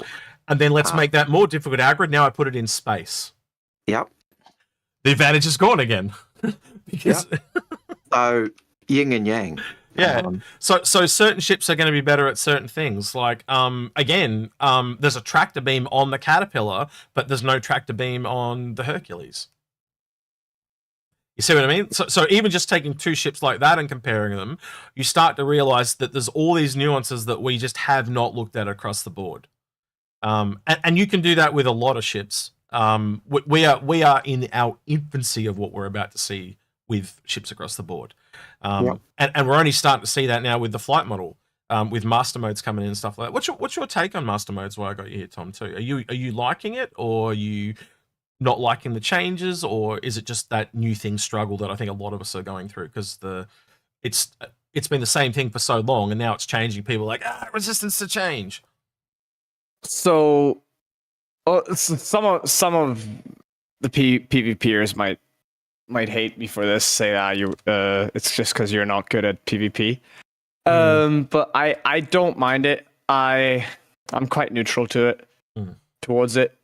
I maybe understand the people that have spent years honing their skills in ship to ship combat. They're complaining, but I feel like people will complain about any change. So I'm quite neutral about it. I don't mind it. I think it has a lot of good things, such as nav mode. I think nav mode is a very good thing because people running away from you when you're trying to pirate them is a big problem in my opinion. And by the same time, nav mode is so much faster, right? So you'll probably outrun. I guess it's no. I take that back because you're so much faster. I don't know. I think nav mode is a good thing, definitely. You've got to overall. You've got to let in my main Algared kind of do an episode on it. Was it last week we did this, or the weekend before? Yep. So we did an episode on this where we kind of we deep dived into it, and I think Algared, if I'm talking for you, let me know. But our kind of outcome was like, let CIG do what they intend to do, because we're complaining. It's like a cart full of horse problem. We don't know. Yep. Yeah, let them cook everything they intend to put in the game. Like as soon as you look at like that little flight model that we've had for all that time is a slither of their intentions. It's almost like a prototype. As soon as you start earning adding in any of the multiple things they've got to add in, it just doesn't work. Armor, components, subcomponents, multi-crew, bigger ships. Like it just keeps going in, and well, it's just too much to put in, right? And you realize very quickly it just doesn't work. You cannot keep the flight model we have now because it's designed for light fighters, and the light fighters are just this slimmest little part of the game. And once you add all that, actually getting back to master modes. One thing that maybe is not great about master modes is that they've now made every ship a fighter ship. And it's like you now have that's right now though ships like the 315p. I know it's still in its infant stages, but you now have ships like the 315p becoming a meta ship. Like you've got to have I'm not sure that's what we want. We're going through that teething part where it's like we've got to have this so they can add this, this, and this, and they haven't added those other things. And some people, one of the things me and Algared have learned over time is there's different types of people in this game, right? And everyone has different skills in this world, right? And there are some people that just don't have foresight. They cannot, even though someone's fully told them what it's going to be on a bit of paper, they just can't see that, right? Right? Algared's one of the people that can do that. I can do that. I'm pretty sure you can probably do it, but some people just can't, right? And they think that that's how it's always going to be. They can't see the other pieces that are going to come, right? And so all me and Algared are saying is let them get the whole thing out, and you can complain along the way, no problem. But you need to see the whole thing before you can go, right, gotcha. That doesn't work. And again, their best laid plans may not work, but you have to give them a chance to try. And again, along the way, we had, what was it? Something iCache and didn't work. There was a few systems they made on their attempt to try and make server meshing work that didn't work, and they had to change their plans. They wanted that one big shard, and they couldn't get it to work, so now we've got multiple bigger shards, right? And that by the way, I don't know if you guys heard, but recently I had a breakthrough in internet speed, right? And theoretically, when they get this in, it'll make the internet 10 times faster than we've got today. We may be able to go back to that single shard now because the internet's got 10 times faster. Within 10 years, it'll be 10 times faster than it is now. That's crazy to me. So tech may come along that changes it. So the theoretical limit has now been lifted by 10 times. And it's cheap to do so, by the way. That was the other thing. You don't have to change everyone's equipment, just these little things.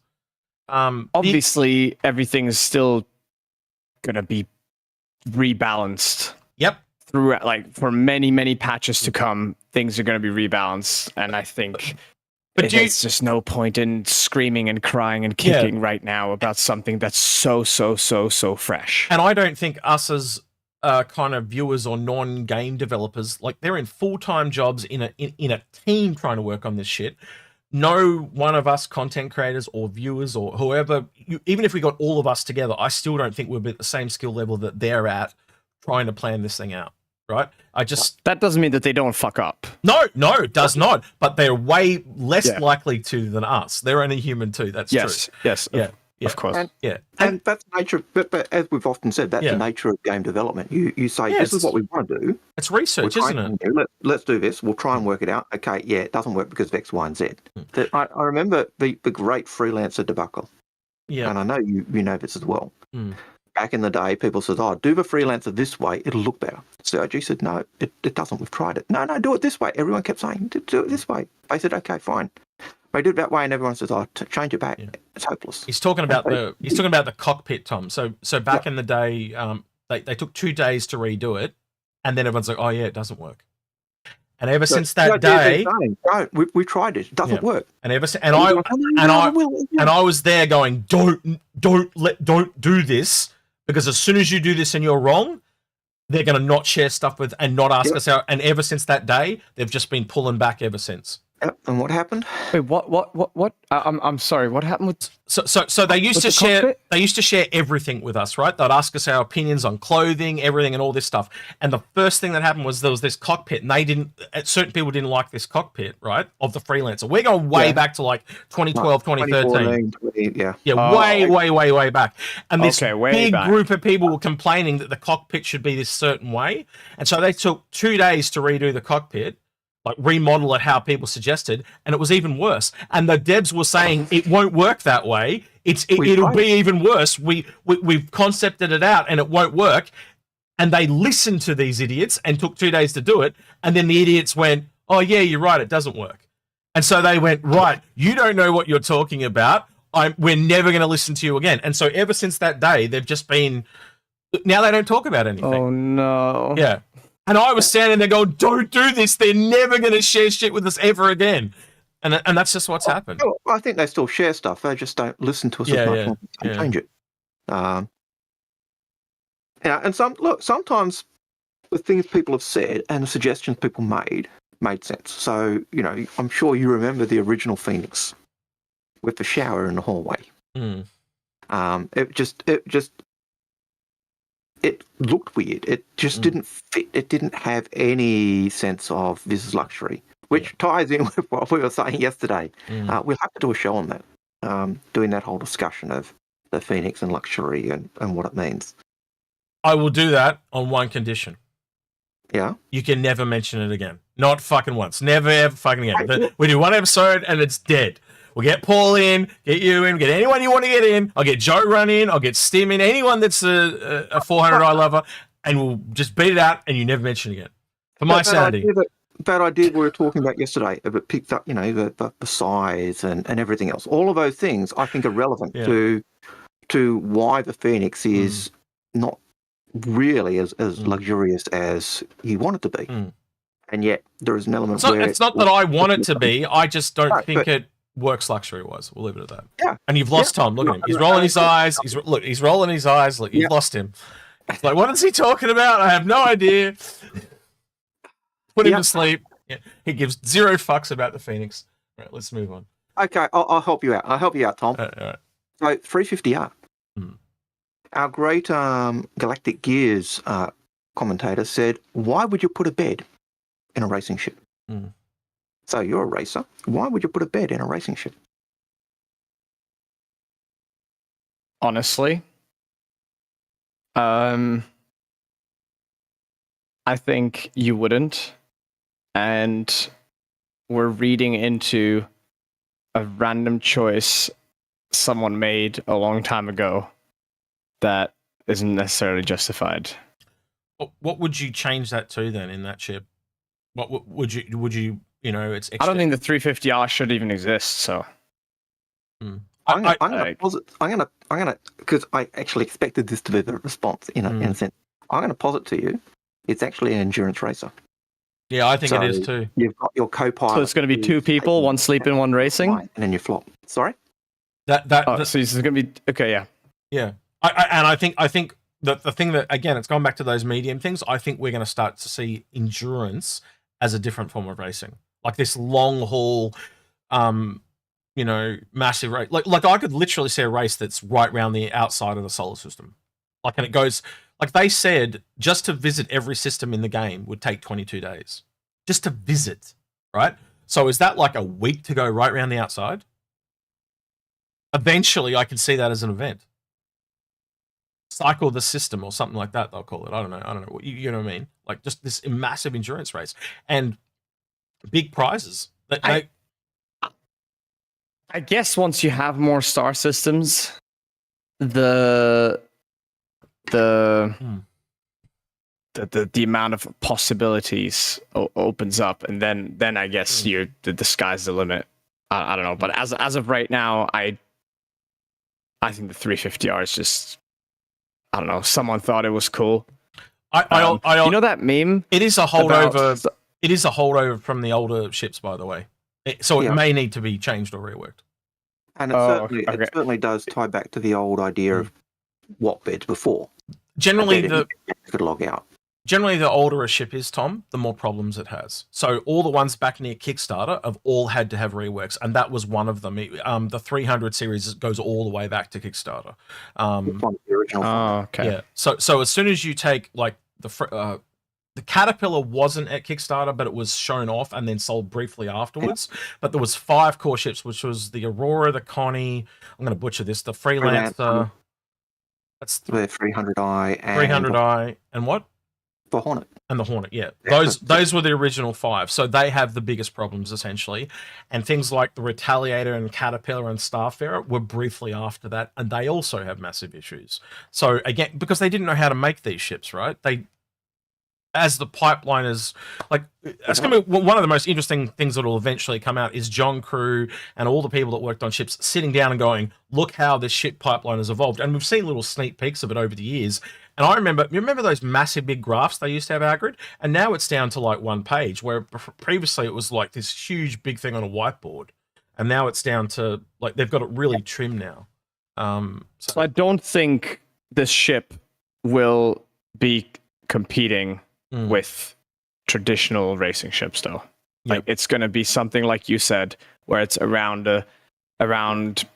from star system to star system, or from planet to planet. But it's not going to be going around a track. Yeah. Well, I think it doesn't make sense. I think it might be hybrid. I think you can do both. I think it's one of the few races that allow you to do the single track stuff and the endurance. If you look at the but you can't mix it with like Furies and like an Archimedes and stuff. Agreed. It'll be well, again, most racing will probably be class based, yeah. Yeah, okay. Yeah. Well, you tell me. That's what they do in real life, don't they? Well, no, because yes and no. So there's both in real life. So you have one make series like Formula 2, Formula 3. It's, same manufacturer, same cars, same model. So that's the equivalent of everyone racing in Archimedes. Yep. So it just comes down to skill, Only. yeah. Pilot skill. Well, no, because there's still a million things you can do with a car. Okay. Like tire pressure. Well, I'm putting it back to Stars. So in Star Citizen, Camber suspension. Yes. Yeah. So in Star Citizen, it'll be components. Components, maybe, yeah. And maybe you can tune stuff in the future with I mean, because in the past we also had different thrusters, right? In the past we also had different thrusters and stuff. So maybe something like this. But I don't think I'm the correct person to talk to about racing in Star Citizen. Like, that's at least not the technical side of it. I think. Don't know about you, Algared, but I'm seeing a professional point of view episode. If you, we haven't done one in a long time. No. But so one of the things that I used to do, Tom, was I used to bring people on that had certain professions. So like I brought geologists on, and we talked about mining. I brought actual people that repaired planes and tanks and stuff like that on. And we would actually look at different types of gameplay. I'm talking to you about racing, you can very quickly look at the real life on how things are repaired and performance is done, and look at subcomponents and how it will start to work in the Star Citizen. It actually also kind of moves a little bit into the engineering. So it'd be really cool if we could get a real life engineer and you and me, put all three of us together, and we might see what shakes out. And we've had some really interesting things come out on on those episodes. Like, they're really interesting thought experiments. I was thinking that it kind of ties into the discussion we were having earlier about the actual pods themselves, and you were pointing out a pod, the yaw seat, and how that looked pretty cool, jostling you around and that for the ships, and Tom was that's rubbish. Yeah. But yeah, it's. I don't want to put words into your mouth, but why? Why wasn't that? I'll see if I can find it and I'll pull it up for people. Just give us a second. Oh, keep going, Tom. Oh, okay. Yeah, I know what you're looking for. Yeah, this thing. So we spoke about the one make series, which is mostly single seaters. Yeah. You also have other one make series like Porsche Cups and things like that. Hang on, Tom, real quick. Yeah. So this is what we were talking about. And Tom said this is garbage for racing, but I was talking about so this is I think it was on Kickstarter, and it's fairly cheap. It's one of the cheapest ones they ever have, because normally they're like $5,000 to $10,000. And this is I wish I had the actual YouTube video of it. There's a really cool YouTube video of them at a convention. That's where I actually saw this. But yeah, like, it's a fully working chair thing, and I thought that might be a relatively cheap way for people to get into this if they're from Star Citizen, rather than buying the full sim pit thing. But yeah, Tom? You want me to talk about the actual experience I have with this? You can talk about both, man. You talk about whatever you want. So I, as we established, I'm a professional racing driver, and I have a professional sim rig at home, a big one. And which a lot of racing drivers have, mostly to prepare yourself for racetracks that you maybe have never been to. Makes sense. And anyone who's ever sat in a real race car or raced in real life doesn't use a sim that fucking moves around. Right. It's bullshit.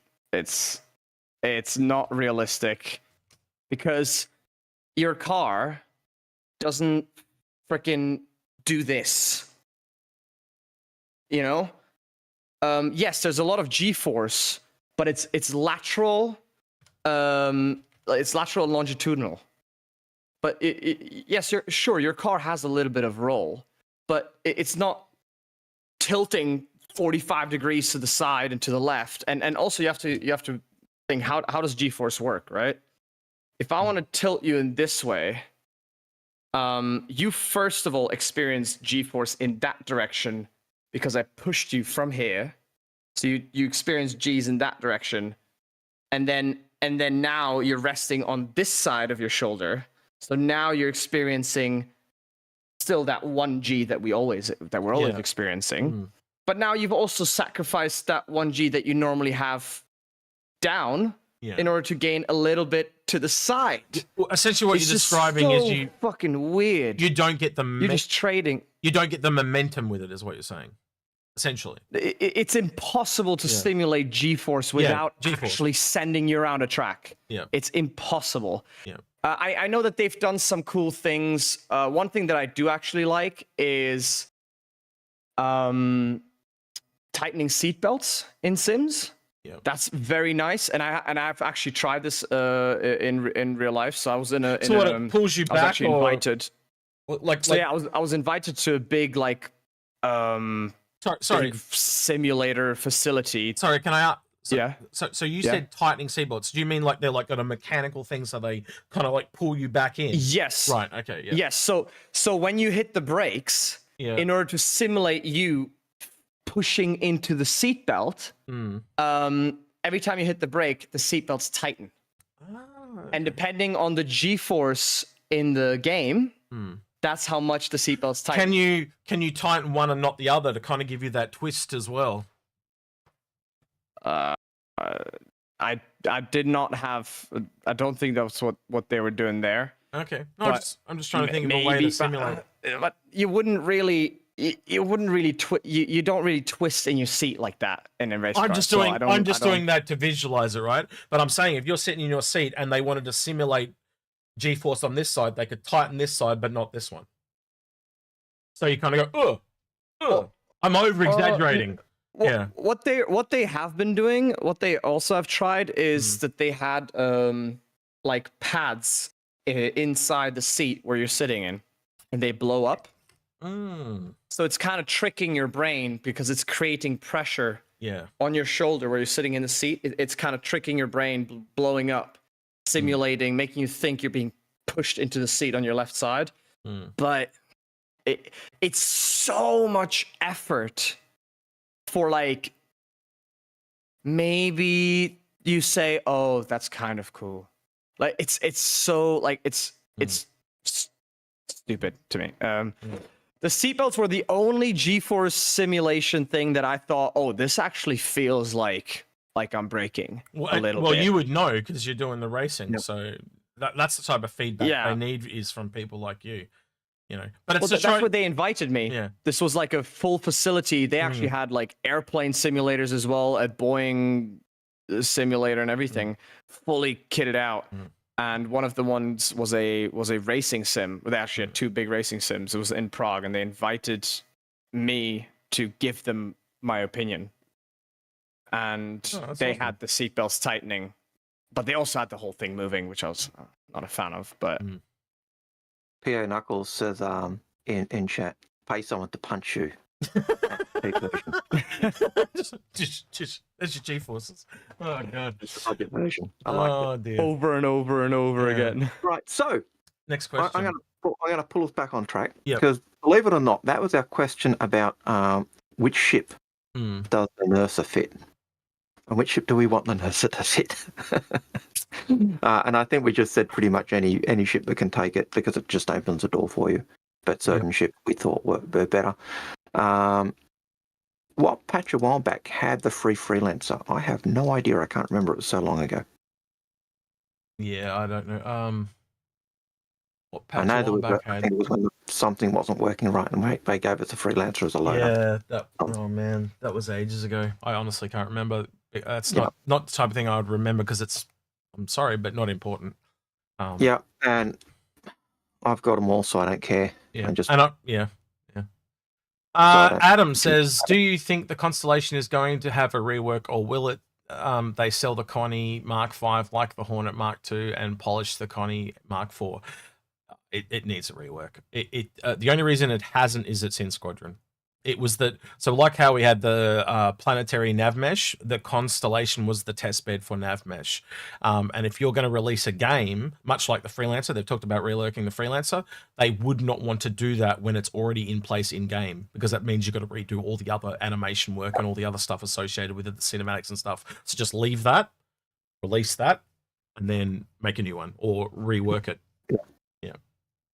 Yeah, I think I think picking up that idea, if a Connie's needed and an essential part of Squadron, then we're stuck with I imagine we're stuck with the Mark IV. Yep. And then we'll get the Mark V as a brand new ship. Will they polish it? Yeah, sure.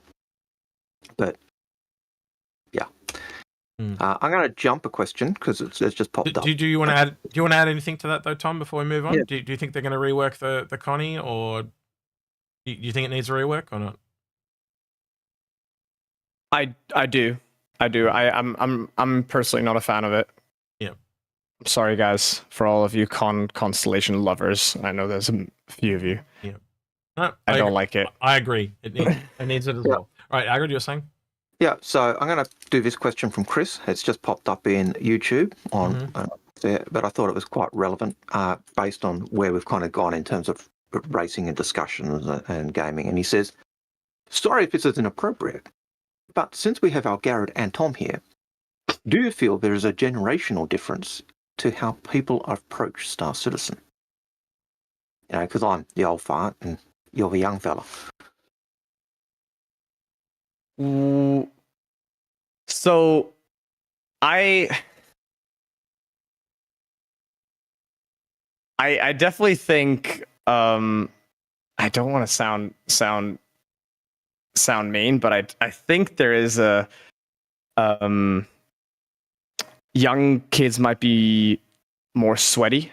And I'm definitely not. I'm not the sweatiest player in Star Citizen, but I think the younger guys they are much more hardcore in terms of especially combat and stuff, right?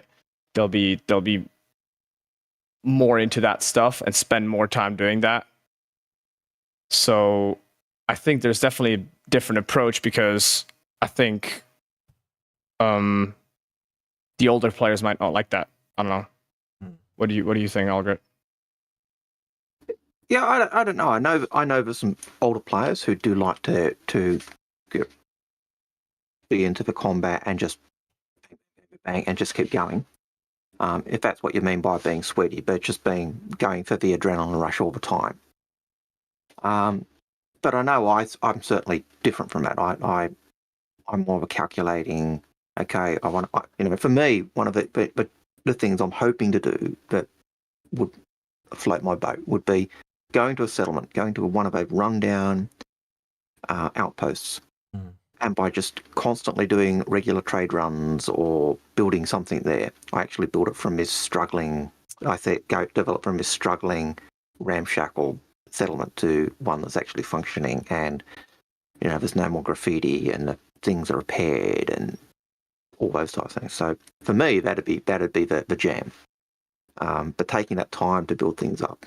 Now I know they didn't ask me, but I think realistically, it's going to be everyone's going to play to their strengths. There are needs for both. The older you get, the more experience you have, but the younger you are, the more physically abled you are, I guess is the way I'd put it, right?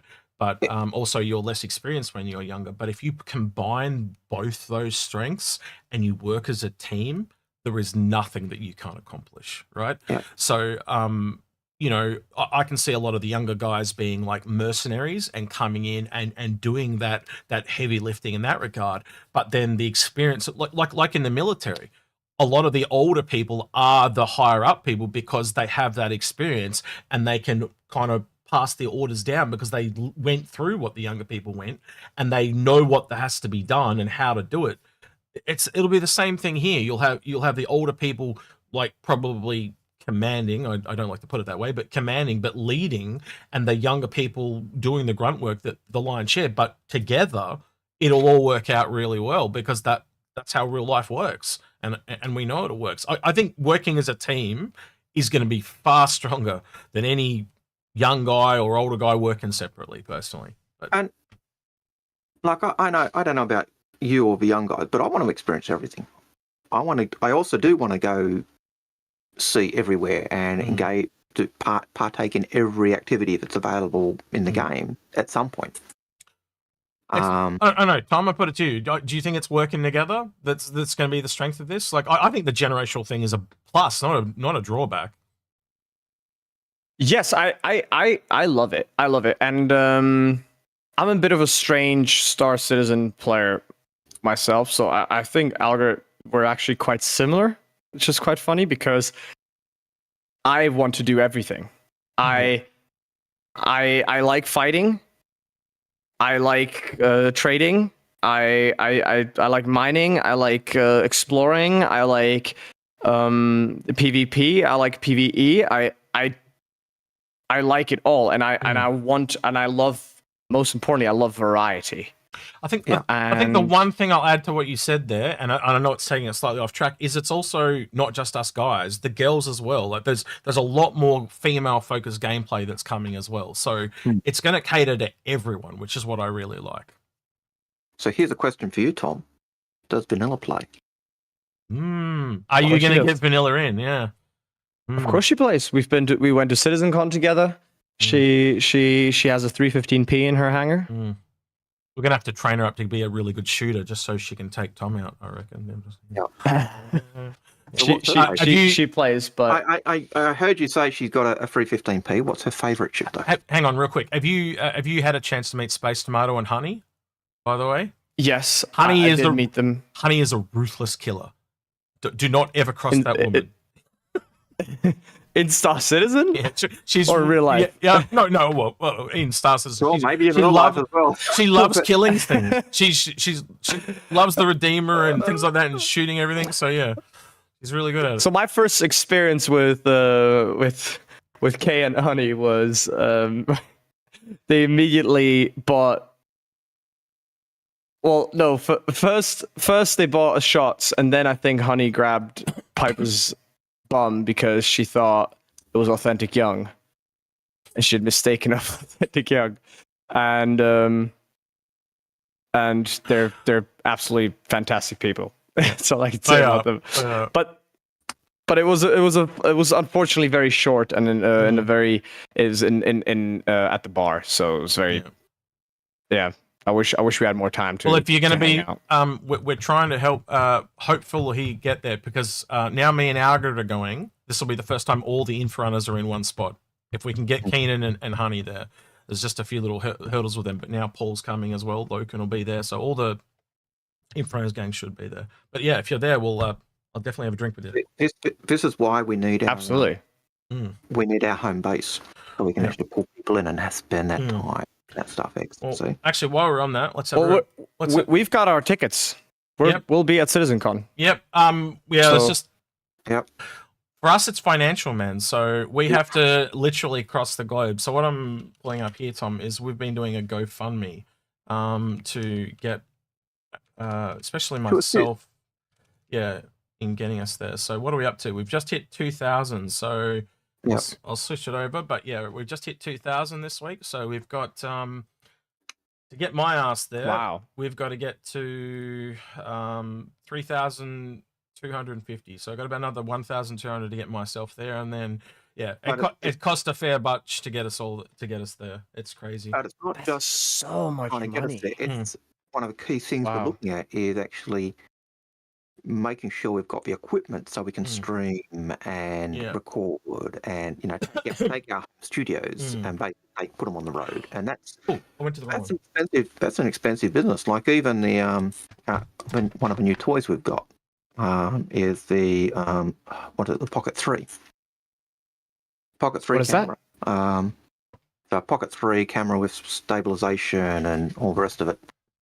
Oh, like with the gimbal. Yep. Yep. And then I'll go get that if you want. Hold on. Yep. And so, we've got that. That's just one of the little things that we've been looking at acquiring. We have acquired, now. Nice. We were able to get that on a sale, which was a bargain, but it was still quite expensive. But it's those types of things that we're looking at doing, making sure that we've got mics that are quality that work, making sure we've got a camera system that works, making sure we've got all of those things that are going to make it possible for us to actually do the work that we want to do to cover CitizenCon correctly. And that's money. And it's stuff that some of it's stuff that we wouldn't normally acquire. Yeah. So this is the one that we got recently, Tom. This is a DJI Pocket or Osmo Pocket 3. It's a tiny little. Well, you can see it's not even big as my hand. And this does 4K, and the quality is utterly insane. And I don't know if you can tell, but it's on a stabilized gimbal, and it does facial tracking and a whole bunch of stuff. tiny little screen like this, but what I can do, I don't have it here, but I can get my mobile phone and it duplicates that to the mobile phone, so you can use that as like a monitoring device as well. But yeah, this does 4Ks, all the rest of it. and we've figured out a way to stream it through the phone to an RMTP server, and then we can basically have someone driving the RMTP server and do the stream for us. So we're going to try and use this tiny little thing to stream from CitizenCon. But to that note, the surprise that I've been working on for about a month now is these are the microphones that come with these things, right? And they look, they're nice, they're cute, but not fantastic. And so I'm going to show you what I've been working on, because the final part arrived this week. I was actually using the DJI microphones to stream last year's CitizenCon. Right, well, I was very happy with them. Well, this is what I've been working on, so tell me what you think of this, Tom. Okay, I did not have that. Yeah. So I did not have that. So what I've done, very fancy. Yeah, is I've designed with 3D print. So what I was waiting for was this mic part at the top, right? So, and I know it's blue and it kind of doesn't come through, but what these do is it allows me to take so shiny. Well, it's because it's metallic blue, right? Yeah, so cool. So it allows me to take the DJI mic, put it in the top. It clips in at the top, and now I can put this back on the top, and it's like a professional and we got kind of news mic. And that's a 3D print. I know it's hiding a bit of it, but it's not exactly the best quality, as you can probably see. It's got a bit of hot glue from my crafting stuff. Pull it back. You're ruining the image. No, it's just blurring me. It looks fantastic. I'm not worried about it blurring you. I'm the image of the professional. Yeah. But because it's not just for me and Algared, I also went this far and made a second one. So but yeah, so Algared's going to have one, and I'm going to have one, and we're going to be able to do the whole like sportscasting from the Oval type of thing, and go, hey, welcome to CitizenCon. Da da da da da da. So that's what I made for CitizenCon. I thought it'd be really cool if we're going to be interviewing some people, because Algared and I are hopefully going to the gala, and so we could, if we get to interview Sandy or Chris or whoever we meet there or whatever, we might even interview Tom and definitely the other Inforunners and stuff like that. So we'll be able to talk like this, and it all does it through this tiny little thing, which I just think is insane. But yeah, I'm kind of looking forward to it. So that's been my homework, I guess, for the last couple of weeks. So they're the types of things that backing and supporting us in terms of a GoFundMe are actually helping do. I did say though I paid for this stuff out of my own pocket at the present. Yeah, pocket at the present. So yeah. But like I said, that's what the GoFundMe is essentially, essentially helping us to do. Yeah. It's not just buy our tickets so we can get their cause. Yeah. We also want to do what we normally do and cover it type of thing. Yeah. And so the idea is if the GoFundMe succeeds, then we're going to work. We're not going just to enjoy ourselves. It's going to be to make sure we do a proper, detailed coverage, or as best a coverage as we can. So. Yeah. Anyway. All right. That's where we're heading in. I feel like the have you ever seen the scene in The Mask? Yeah, they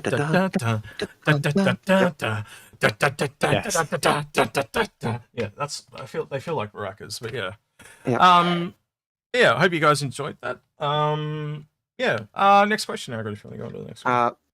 So we've got a couple of comments there. Is X, you need a blue tuxedo as well. If you're doing the miraculous, I think. No. You're doing the miraculous, no. Yeah, if we get to the whole thing, and if we get all the money that we need for CitizenCon, then maybe I would hire a blue tux. But that's an extra expense. I don't know if you guys know this, but blue. I like blue. I went into. I had a little plan, right? Because Croncy was saying that he couldn't come to CitizenCon. And I had a little brainstorm. And you know what I do when I kind of like manipulate people ever so slightly? So I went onto his stream, not last night, but the night before, and I just subtly hinted. I said, what if you want to raise the $3,000 you need to go to CitizenCon, would you be willing to shave your beard and head? And he said no. And that very quickly changed because I had already put the idea into his chat's head, and literally they just went to town. And now here's the thing where if he gets all the money he needs for CitizenCon, he's going to shave his beard and his head. After That would be very CitizenCon. That was the compromise. After CitizenCon. No, he has to come to CitizenCon. Yeah, well, that's what I said. Completely bald. That's what I called the campaign "Bald for Britain." I think it's brilliant. Yeah, and I think if he does get it, he's got to turn up in a green little suit with a top hat. Oh, like a leprechaun. Yes. I didn't call him that. Yeah. So I call him the leprechaun. It drives him mental. By the way, Tom, because he's almost like 7 foot. So I call him yeah. So yeah, it's just really funny. It's the complete opposite of. But yeah, he needed a way to raise money for CitizenCon, so I gave him one. And yeah, so if you want to go help him out as well, because he's in the same boat as there's essentially 3 kind of big-ish content traders from Australia: General Desperado, Croncy, and us, right? And General Desperado can't go for work reasons. He was originally planning to come with me in Algared, and he can't anymore. And Croncy is having the same problem we are. He just can't afford to come, right? It is expensive. Yeah. Yeah. So yeah. Is it better or worse for you guys to go to LA? Or to go to Manchester? LA is significantly cheaper. I would say almost in the magnitude of half price. I've been to the States 3 times in the past. Mm. When I've had it before I was doing my current block of teaching, and it was a choice of States or England. And back then, our dollar was on par with the US, so that was a choice where we were about 50 to 60 cents to the US pound. The airfare tickets were literally half price to get to LA. Wow. Yeah. So it ended up being a no-brainer. It's about $1,000 to get a return ticket to LA. It's about $2,000 to get a return ticket to London. Yeah. Right? And then too afraid to fly Sydney, LA, you know. Yeah. It's also like I was looking to go that joke. To go from my island to Manchester literally takes 29 hours. Yep. So oh my god. So that's what we're in for.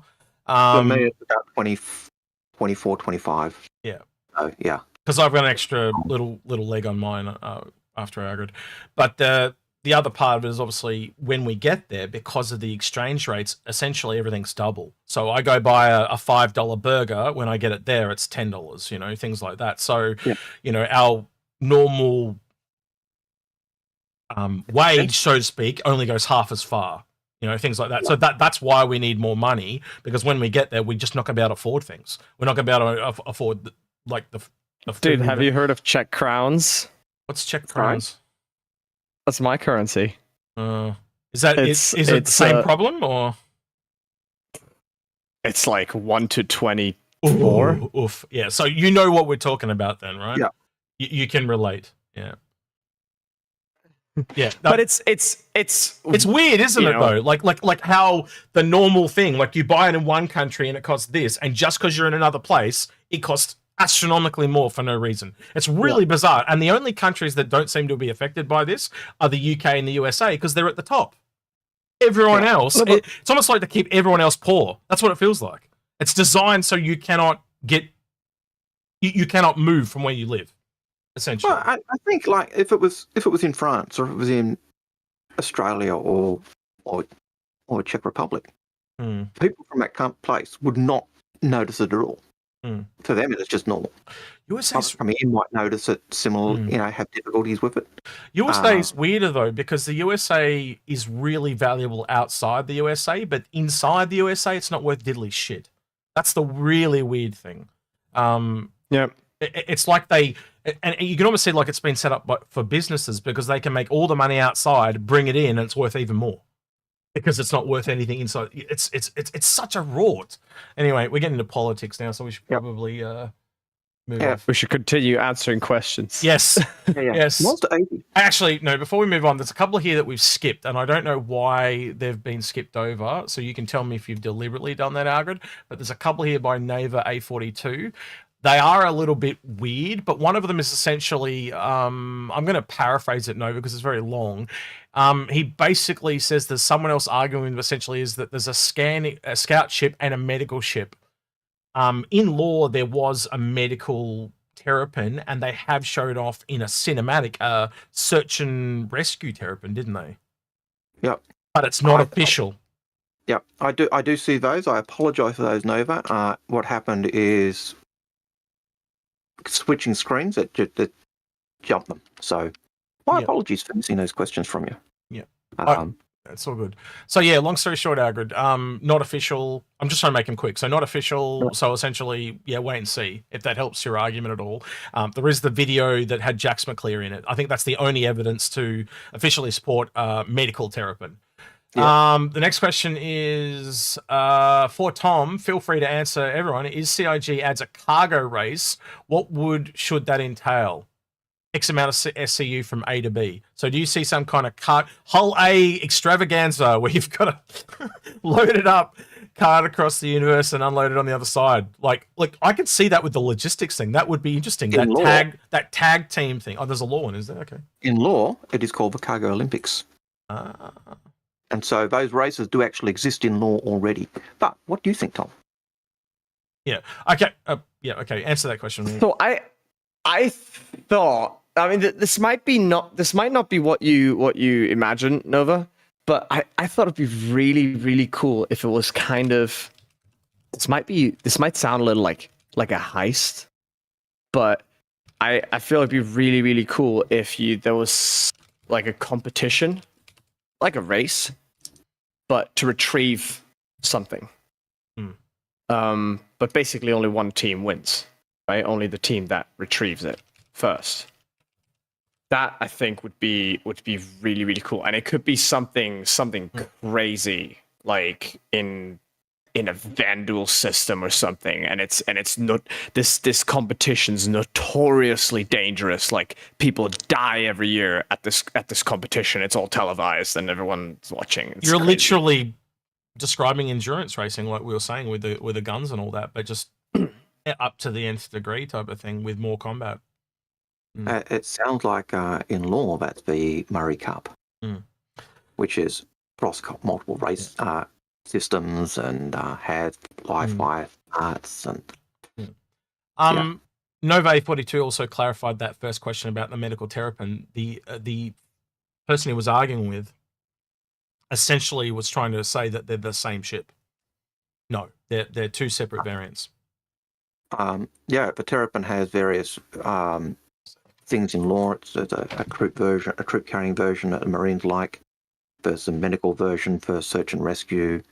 Can't remember the other one, but there's a couple that are there. And as X said in the Jax McCleary video last year, where Jimmy turns up, it was in a Terrapin, nice tanky search and rescue type vehicle. So, but yeah, same ship, the actual Terrapin, but different variants of that ship. So I'm sorry. I'm. This just reminded me of something. I have a question for Algared and Execute. Go for it. Do you guys think we'll get? And you kind of said it with the Zeus MR, but do you think we'll get more ships without gameplay? Without their respective gameplay loops. I think if we get it, the Terrapin.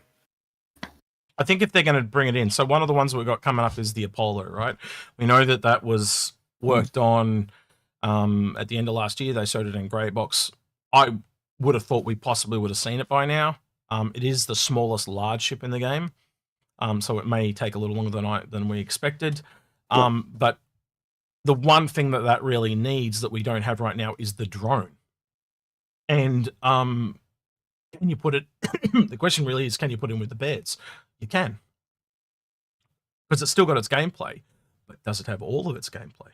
Does it have its full functionality? No, but it does have gameplay, and it does have its gameplay. So the Apollo could come in even before we get drones. Yeah, and so what that gives you is you get the beds, and then it gives them the kind of license or the approval to make the drones for it, because there's only two ships in the game that would then currently have drones, which would be the Reclaimer and this. Now, why would you use the Apollo over the Reclaimer? Well, the Reclaimer's got an entire room based around it that you have to get working. This just has it like kind of flies in and works with the beds, and the drone itself is physically simpler to use. Algared? You forgot the Carrack. Yeah, okay, but same problem as the Redeemer. But same problem as the claim. I think, since we're talking about medical gameplay, I think that curing injuries shouldn't be instant. Even in med beds. So if you have a tier 1 injury, it should maybe take a minute to cure you, and that's where a ship having multiple med beds could have an advantage. If you have a large group of if you're actually on a battlefield, you know, and there's like a couple injured people. So the answer to your question then is not all of its gameplay, right? Whatever gameplay it has, is at least it's got some form. Well, Terrapin has none of it. Yeah, but the Terrapin's also been in for like 5 or 6 years. Terrapin's right? All right. The only one that's really, the only two that have really broken it, really, in the last couple of years are the Raft and the Scout.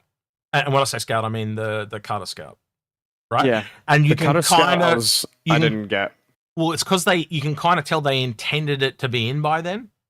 Right? They wanted to kind of have certain things working, and sometimes it just doesn't work out. It was the same thing that happened with the Raft. They'd been talking about cargo for like 8 months before that thing dropped, but then it just didn't pop out. It wasn't ready. So much needs to happen.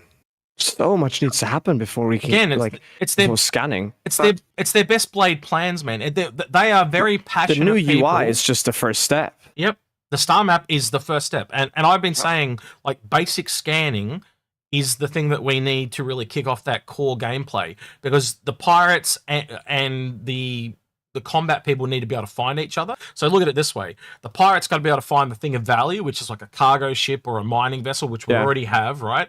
So then they attack that, they steal the shit, or they are defended by the combat people. It naturally takes PvP to another level, because you've got good guys versus bad guys both wanting to do different things. So that core loop where all these PvPs are sitting around going, this sucks, and the gameplay people... Unfortunately, the thing that they're going to hate, like the miners and that, is they're going to have to get escorts, which has always been planned. So once they, you know, they will be making a lot of money, but they're going to have to share it with the people that they hire or work with together. And again, look at that gameplay loop. It just kicks off because every time a cargo person wants to go out, or a miner or a salvager, you need someone with them. And it's all of a sudden all those people that were sitting around PvP and the pirates apparently grieving people, they're not grieving anymore. They're actually doing their gameplay. And there's the counter gameplay. But it needs scanning. It's the one thing that's missing. Or do you think they're going to have to be in small mining ships where they have a small signature and the pirates are like, it's not worth the trouble. He's small. Yep. It works on all levels, because like do I go in a smaller ship and hide? But also I'm in more trouble when I get caught because there's less of me. And there's also that's true. A smaller ship, so I can take less of my cargo. Yeah. So I find a but then again, the smaller ones might actually be less cargo, but easier to catch. For the pirates, right? Are you going to want to take in a reclaimer and a Hornet? Because I would say a fully crewed reclaimer is probably going to smash a Hornet because of the guns on that thing, right? You can start to see the turrets a lot in master modes, which I like. Well, that thing for ages was stronger than a hammerhead. I tried to get, at the time I was trying to get Morphologist to take it out. He thought I was joking with him. 2 years later, he found out what I was talking about. And then when he found it on stream, they nerfed it. Wait, the Reclaimer was more powerful than a hammerhead? At one point, because of the shields. So essentially, it was almost impossible to take down. You could essentially put 4 people in it, a pilot, 1 person on the turret, and 2 on the remote turrets. And each remote turret back then controlled 3 turrets each, and each turret had 2 size 3 guns. So you had 6 size 3 guns per person. It was insane. And you could just fly up to Port Alisar, and the shields were so strong that Port Alisar couldn't take the shields down. And so you just go up against a hammerhead and just go, and because you just outshield it. And so what they did was, after Morph finally discovered it 2 years after I talked about it, they changed it so that each turret had to be switched between, and it wasn't as strong, right? But up until that point, it was just like wherever you were looking, any gun that could fire would fire at that point. So we know, they've got the tech to do that because they had it on the Reclaimer. I think that so many of the ships should have that ability for its guns, because That stuff I had in World War II on bombers. It's what you and I talked. Yes, it's what you and I talked about on the Retaliator in the "Can We Fix It" episode. We did, and I think that's what it does need. Anyway, we're getting off topic here again. Did that question. All right, so all the gaps have been filled, right? So back up to where we were.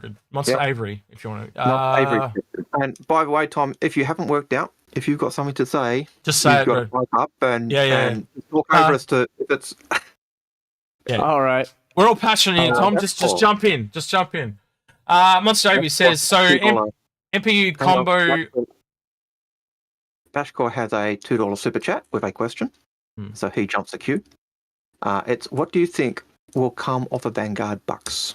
I sold mine off. There you go. They're essentially weapons and components now. Yep. That's basically what they were. Just earn them in game. So yeah.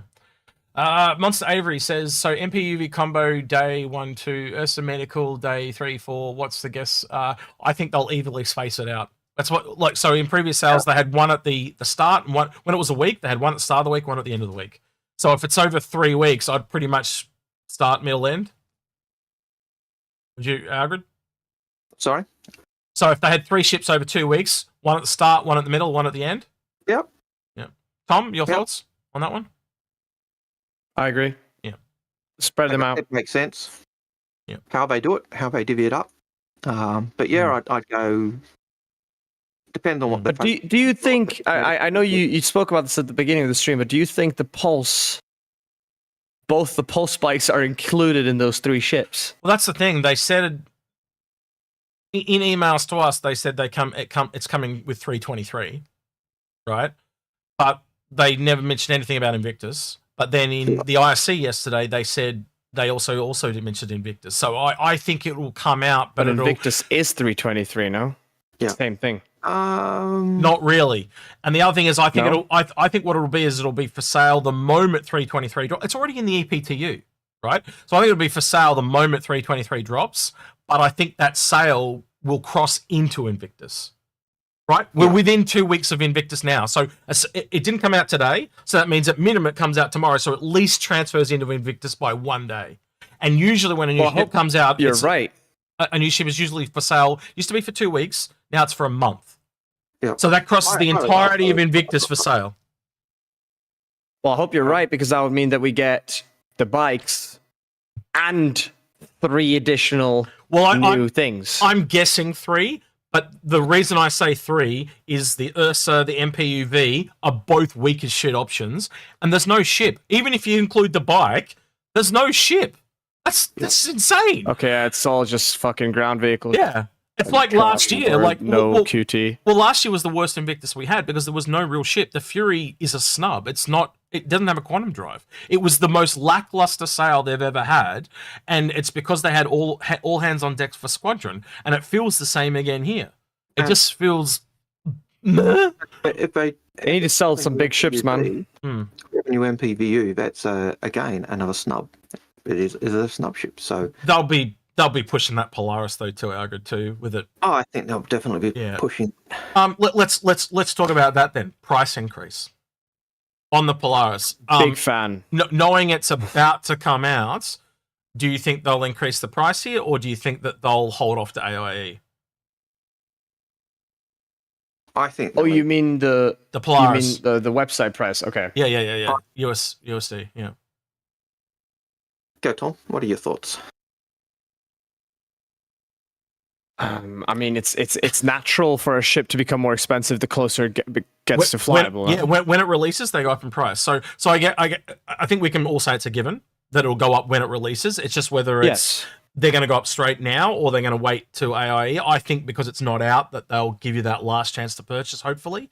And I think it's got to go up by a minimum of $100, $850. Yeah. How much is it right now? $750. $750. I think it definitely has to go up. Even if just to make the Perseus not seem so bad against it. So the Perseus is a great ship, but at its price point, it's what, $75 or $25? I think you can get a $25 CCU from a Perseus a Polaris. So I just asked Google, and she said 30% of $750 is $225. That's the maximum it can go up by. Yeah. Hey Google, what's 15% of $750? 50. It's 112.5. So, hang on. Oh, I don't want to talk in my talk, so I'm just gonna shut up. Talking to Google. $112 is 15%. That's crazy to me. So it's got to go up by at least $100, at least. Yeah. But if it goes up by 200, that makes it the same price as Pioneer. Yep. So we're all screwed over. Yep. Which is just under $1,000, which means it doesn't get LTI. Yeah. So, Oh, I- I see what you're saying. Yeah. I think every ship we pay for cash or credit should have LTI. Yeah, I we've been saying this for I years. know I'm Tom. whipping that dead horse. Yeah.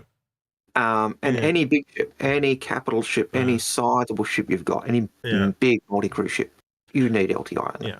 But one of the things that Algared and I have been hoping though is we're pretty sure the reason why the Pioneer doesn't have CCUs was they weren't sure they could pull it off because of the base building and stuff. And it's the only kind of ship that has remained limited, kind of like in that area. And we could never figure out why they wanted it so limited. And we think it's just because they weren't sure they were going to pull it off. So we're hoping eventually it gets a CCU, right? So you could jump, say, from a Polaris or an A2 or something like that to it. Because right now it's just disgustingly expensive, and you don't get LTI with it. It's not. We don't actually know how important the LTI is going to be and how difficult it's going to be to obtain. So it's not. Like, what if insurance is going to be something you can obtain? It's not that. fairly easily It's in the not. game? It's not that essential. But when you're buying a ship, the more expensive a ship is, the kind of better it becomes, because it's just a safeguard, right? Chris literally came out and said, if you spend money on a ship in my game, you won't lose your ship. But early on, that wasn't the case, right? Yeah, and they've essentially used LTI as a FOMO selling tool. And back in the day, it was essentially worth $15, right?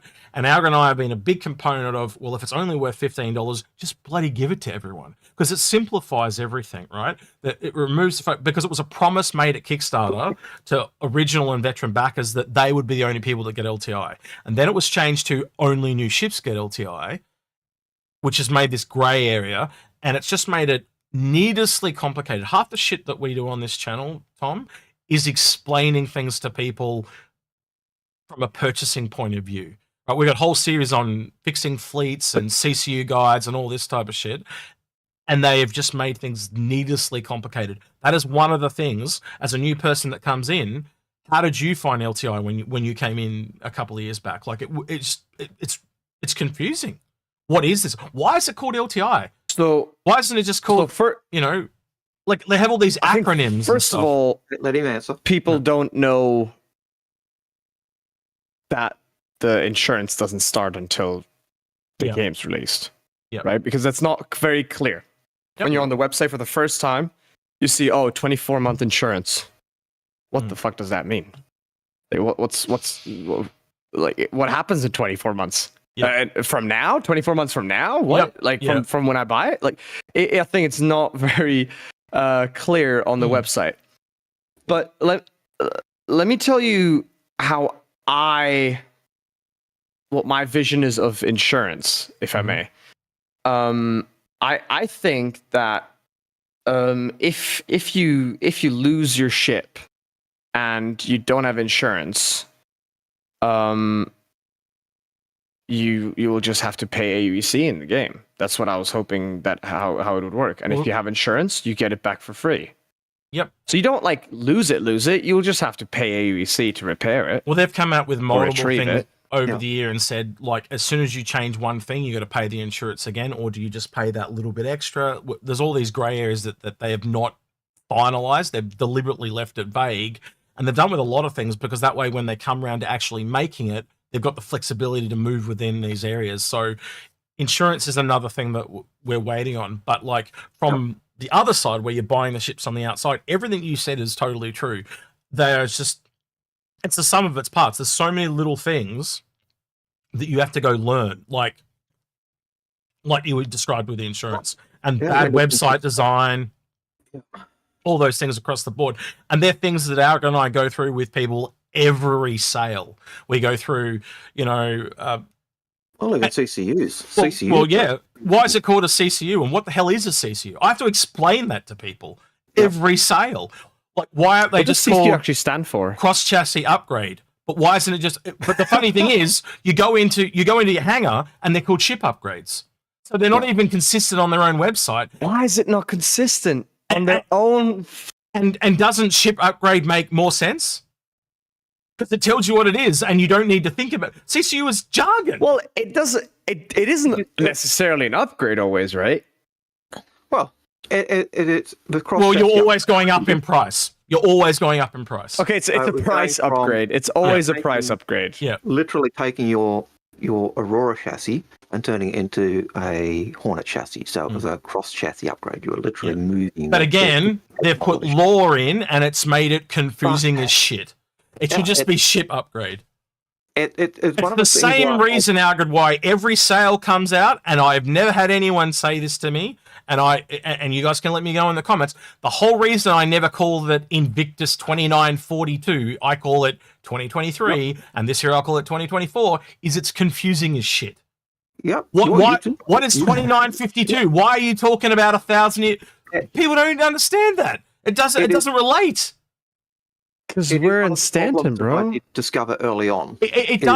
Tom, it does once you get in, right? And you get swept up in it. But if you're a new person coming in, and I'm making guides for people across the board, it don't make no sense. And their whole website is like that.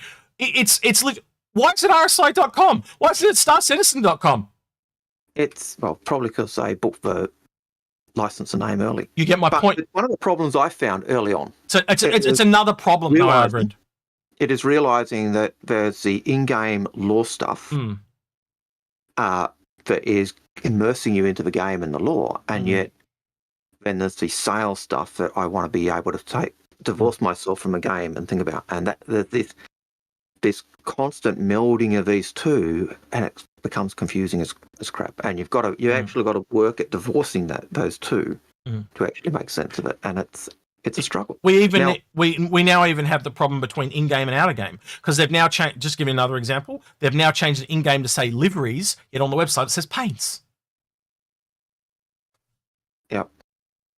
So to go back to LTI stuff. Yep. LTI was only ever said to be a convenience. It was only ever going to be a minor convenience for people. If you if I can sample this real quick. When I interviewed Chris, one of the questions I asked him was, I literally said, is it going to be like Freelancer where it's a small amount of insurance? And he essentially answered, one mission with that ship a month would cover the insurance cost for that ship. One real world month. So you go out in your Retaliator, your Javelin, whatever you go out in, one mission should cover the entire insurance. And in Freelancer, it was a very small amount. I would say like 1%. Or like a very fractional amount. It was just a thing to make sure you did it more than the price of it. And yeah, it was just now, it's almost a nothing burger at this point. And to go back to your question on the bigger ships you want it, because if it's 1% of the purchase price in game of a ship, you go to a Javelin, which is, Chris. I remember Chris giving an example on a 10th of the Chairman, but an Aurora's like your Civic, your Connie's like your truck. But as you go up, they're going higher and higher in cost, and so that a Javelin's like a supercarrier. Yeah. Put it this way. Real world. Put it this way, John. Tom, sorry, not John. Put it this way, Tom. What's 1% of a Civic compared to 1% of the Starship, Elon Musk SpaceX's Starship? Yeah. You see the difference right there? It's like, well, hang on, that's like $500,000. That's got kind of big all of a sudden. That's why you want the LTI on those big ships, because and longer claim times, more expensive components, all those type of things. So yeah. So paying. What if we're just able to get insurance in game? We can get insurance in game. That's the funny thing. And what I talked about before, remember I said if you change one thing, like change what, like this is where they've never fully explained it, Tom. So let me just go through it one more. What's wrong with that? Let me go through it one more time. So you've got the default stock loadout of a ship, right? We don't know if LTI just covers that, or does it cover the entire thing, like you can extend it. So as soon as I change my Redeemer from its ballistics to a laser loadout, can I just pay for the additional insurance on those lasers, or do I have to pay for the whole thing over again? So originally... That's what we don't know. And originally they talked about the insurance only covered the base, from out the box. And so if you made change that wasn't covered, so we, and that's what I think you were just picking up. We don't know whether that's going to be just included now in the insurance, whether you're going to have to make up a difference, whether there'll be insurance for cargo as well, or extra components. They're the money sinks that are going to come in to suck the money out of a game. But insurance was never meant to be an arduous thing. It was, the lifetime insurance was just a bonus that you got. But insurance never, ever meant to be bad. And it was something you start off with ship, 6 months, 24 months, 10 years, whatever. But then once it's running out, you'd buy it in game and top it up again. So that's why we went down the confusing rabbit hole. Yeah. Before we went off on that tangent. Hope that kind of clears that up for you, Tom. But it's just something that we've probably made. Well, it's so complicated. It's so hard to explain, and that's why so many people shy away from this game, because they haven't put the time in to simplify anything, and the marketing team have not helped. They've just made things worse. They don't intend to, but they have made things worse. I wonder whether some of that difficulty with marketing team is also a changing of the marketing managers. Hopefully, Algared, you and I can sit down at CitizenCon and actually talk to the marketing people. That would be interesting, because maybe we could actually give them some feedback. I can't imagine they get much.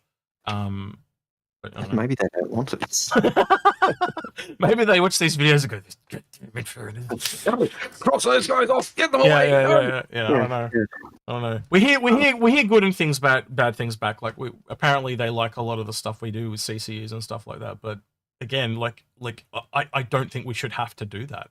The fact that we've got to dedicate so much time to it is kind of frustrating. And I don't mind. Like, we do it because we like to help people, but like, by the same token, should we have to? You know what I mean? Like, it needs to be a bit simpler. It's the barrier to entry of this game is quite steep, and a lot of people, like, you look outside looking in, Tom. I'm sure you heard before you came in, people going, "Oh, but you got to spend thousands on space." That's the perception people on the outside have. You have to spend, you have to buy everything. Oh my god! Yep. And no, you don't. So all you need is an Aurora. Hang on, let Tom answer. So sorry, this is slightly off topic, but it's about the perception of the outside. From the outside. So I don't know if you guys saw it, but Summit 1G streamed Star Citizen. Yep. 2 days ago. Yeah, watched him. And so I was there with Ark. I wasn't streaming, but I was helping out Ark, and I had his stream open. And oh my god, man, what people were saying was outrageous. Yep. And I don't know who the guy was that was with Summit. Not Burks, the guy that clearly doesn't know anything about Star Citizen. There was one more person. Wasn't it one of his mates or something that was there? I don't know if it was one of his mates, but he did not know shit about Star Citizen, and he was to 15,000 people saying that you need to spend thousands of dollars in order to get into PTU. But that's the only way to play the PTU. But that's the perception that people have. He's one of those people that have seen those news articles. And I can think of many content creators that like him, like Angry Joe, for example. He will talk on his show about Star Citizen, and they'll pull up a news article, and all they've done is read through the news article, and they'll just rant about it. They actually haven't gone in and played or looked at it or anything, and they'll be completely off the bat. I'm just what you heard then is just a mirror I've seen on other stuff.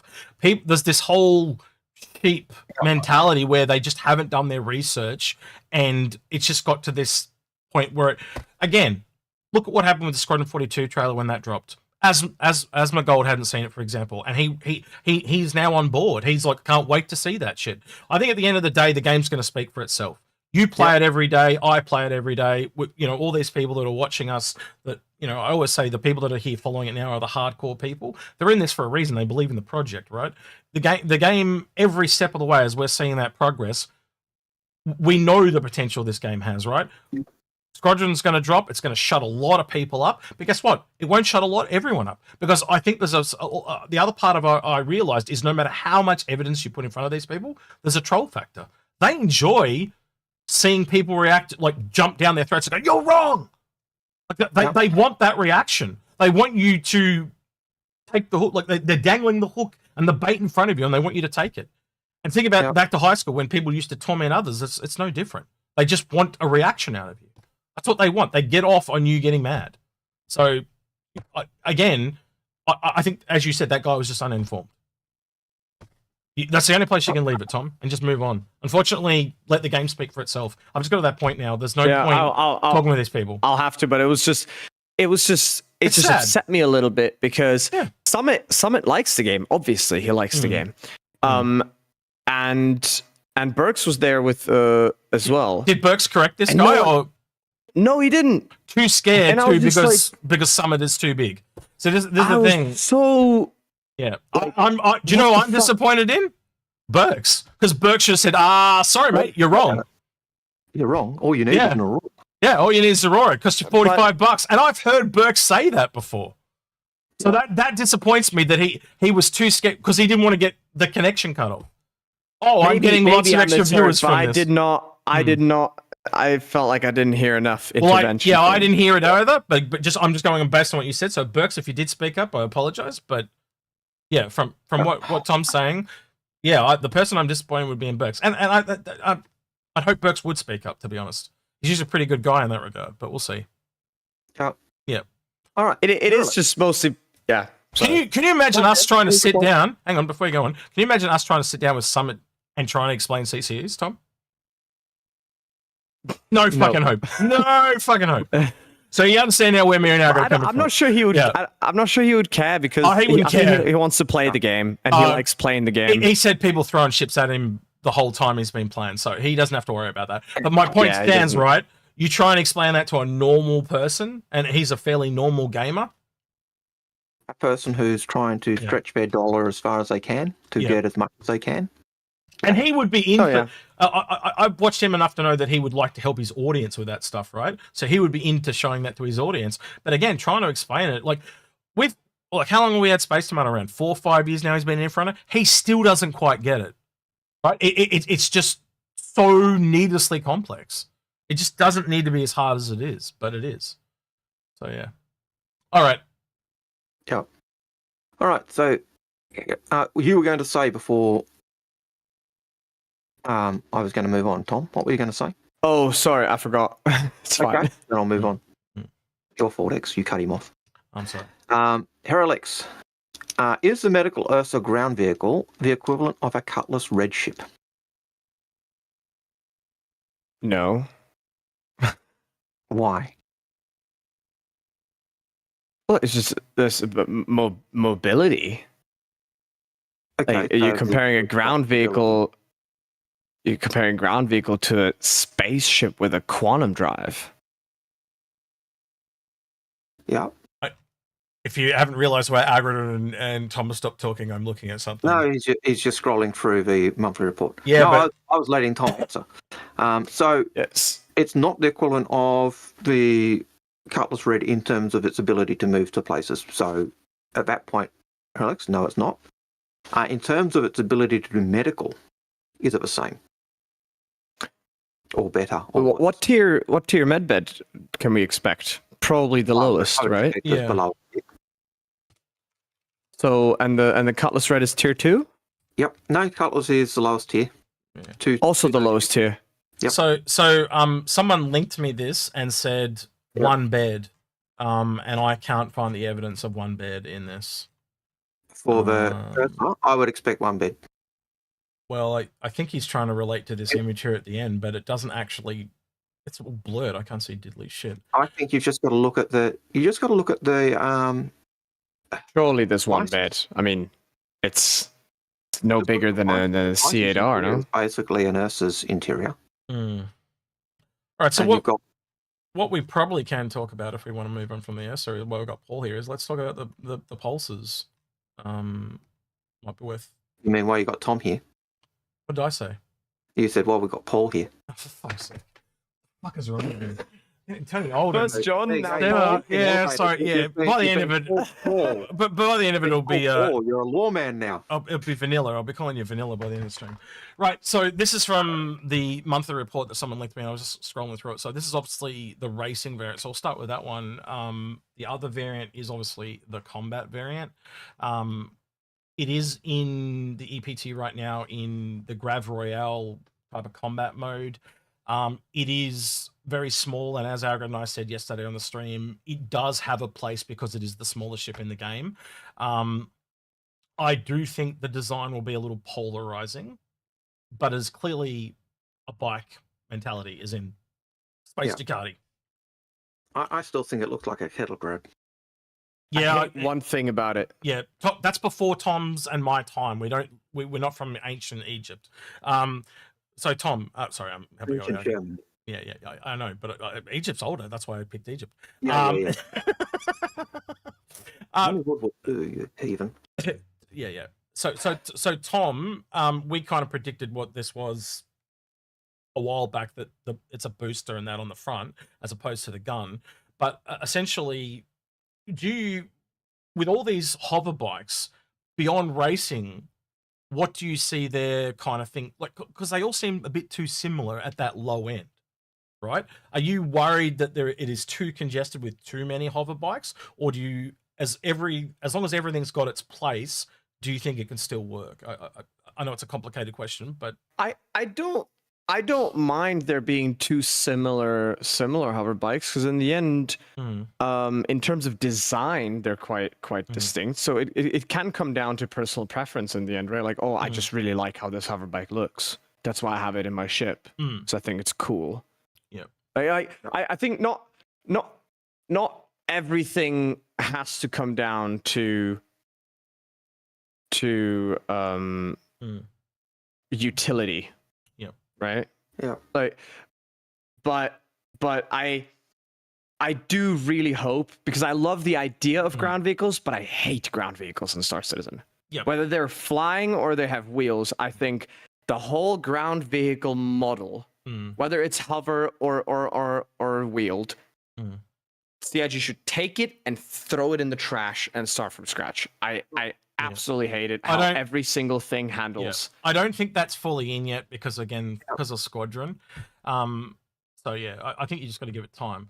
But I love the idea of ground vehicles, and let me tell you why. Because and they actually hinted at it in the last Inside Star Citizen, which I was very, very happy about, because they said that there might be weather and dense forests that will be inaccessible with big ships. Oh my god! They actually in one of the CitizenCon panels, they did have a thing that showed this. Yeah, 20. So when it was the first time they showed off the Ursa. So the Connie comes in and they drove the Ursa out, and it couldn't go there because there was some kind of dampening field and magnetic storm that was making it. So yeah, they will have reasons for. Also, well, you can just look at underground bunkers, the UGLs and stuff like that, and that's as well. Getting back to just real quickly, you mentioned something. You were talking about the essentially vehicles. It probably comes as no surprise to you. Algared and I do not recommend buying a single vehicle based on value. They are terrible value. When you've got things like the Fury coming out and they cost more than an Aurora, it doesn't make no sense. So where I'm leading to with this is, where do you think this will potentially fall price-wise? Tom, if you had to have a guess. Ooh. I'm afraid. Algared is super hopeful that it's cheaper as shit, and I think unfortunately he's living in the dark ages on that. Yeah, it should be. Yeah, I'm afraid it's shiny. Yeah. So so let me throw this out to you to help you. The Dragonfly is $35. Would this be on par, more expensive, or less expensive? Now, the racing variant, we'll just leave that out of it for now. We'll just talk. Are you asking me what I think it should be or what I think it will be? Both. I'm asking you both. Because we did exactly the same thing. We both go, it should be this, but it's going to be this. That's exactly what we did. Yeah. So I don't think it should. It shouldn't be more than the Dragonfly. Yeah, that's exactly what I did. I said it should be. No way in hell should it be more than Dragonfly. It should be $35, but I got a feeling it's going to be $45. I So- think it so- should be 15. Yeah, being the smallest ship in the game, shouldn't it come with? 15, yeah. Shouldn't it come That's with? totally well, realistic. Well, and the reason Algared's done that, he's not The insane. PTV's 15. No, the PTV's 15. the Merlin's 25, and it's a ship. This is a The vehicle. PTV. The PTV was only True. $5 or $10 when it first Yeah. came out. That was overpriced. Yeah, and that's double the size of this and carries 2 people. True. So again, But it doesn't have a gun. Gold buggy. man, if the this gold was buggy is $15 to $10. $20, they would sell. I would buy 10 of these just to give away if it was that price, right? But again, it's a really good LTI token if they do it that way. But if they get greedy and they pop it up to $45, $50, which we know they're going to do that because they need the funds for Squadron. That's what this is. It's So yeah. Actually, I'd say $25. I think it should be. He's pulling his price back.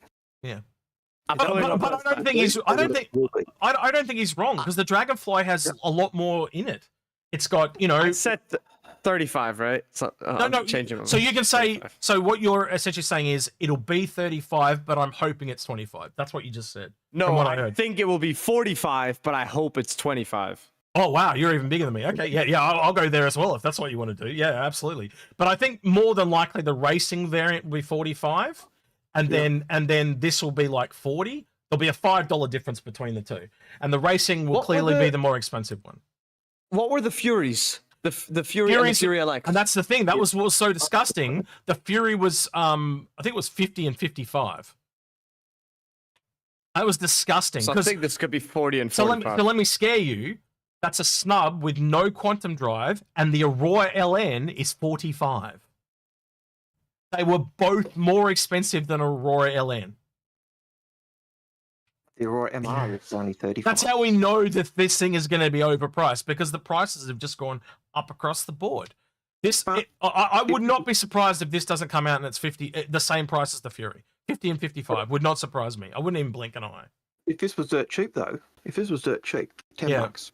Yeah. They'd sell Thousands and thousands and thousands and thousands because people would buy two Plus of them. $10, everyone would buy one. Yeah, exactly. That's our whole freaking point. They need to. And one of the things we did one year, Paul and I can't remember the person that originally came up with it. But once we all heard it, a lot of the content creators jumped on it.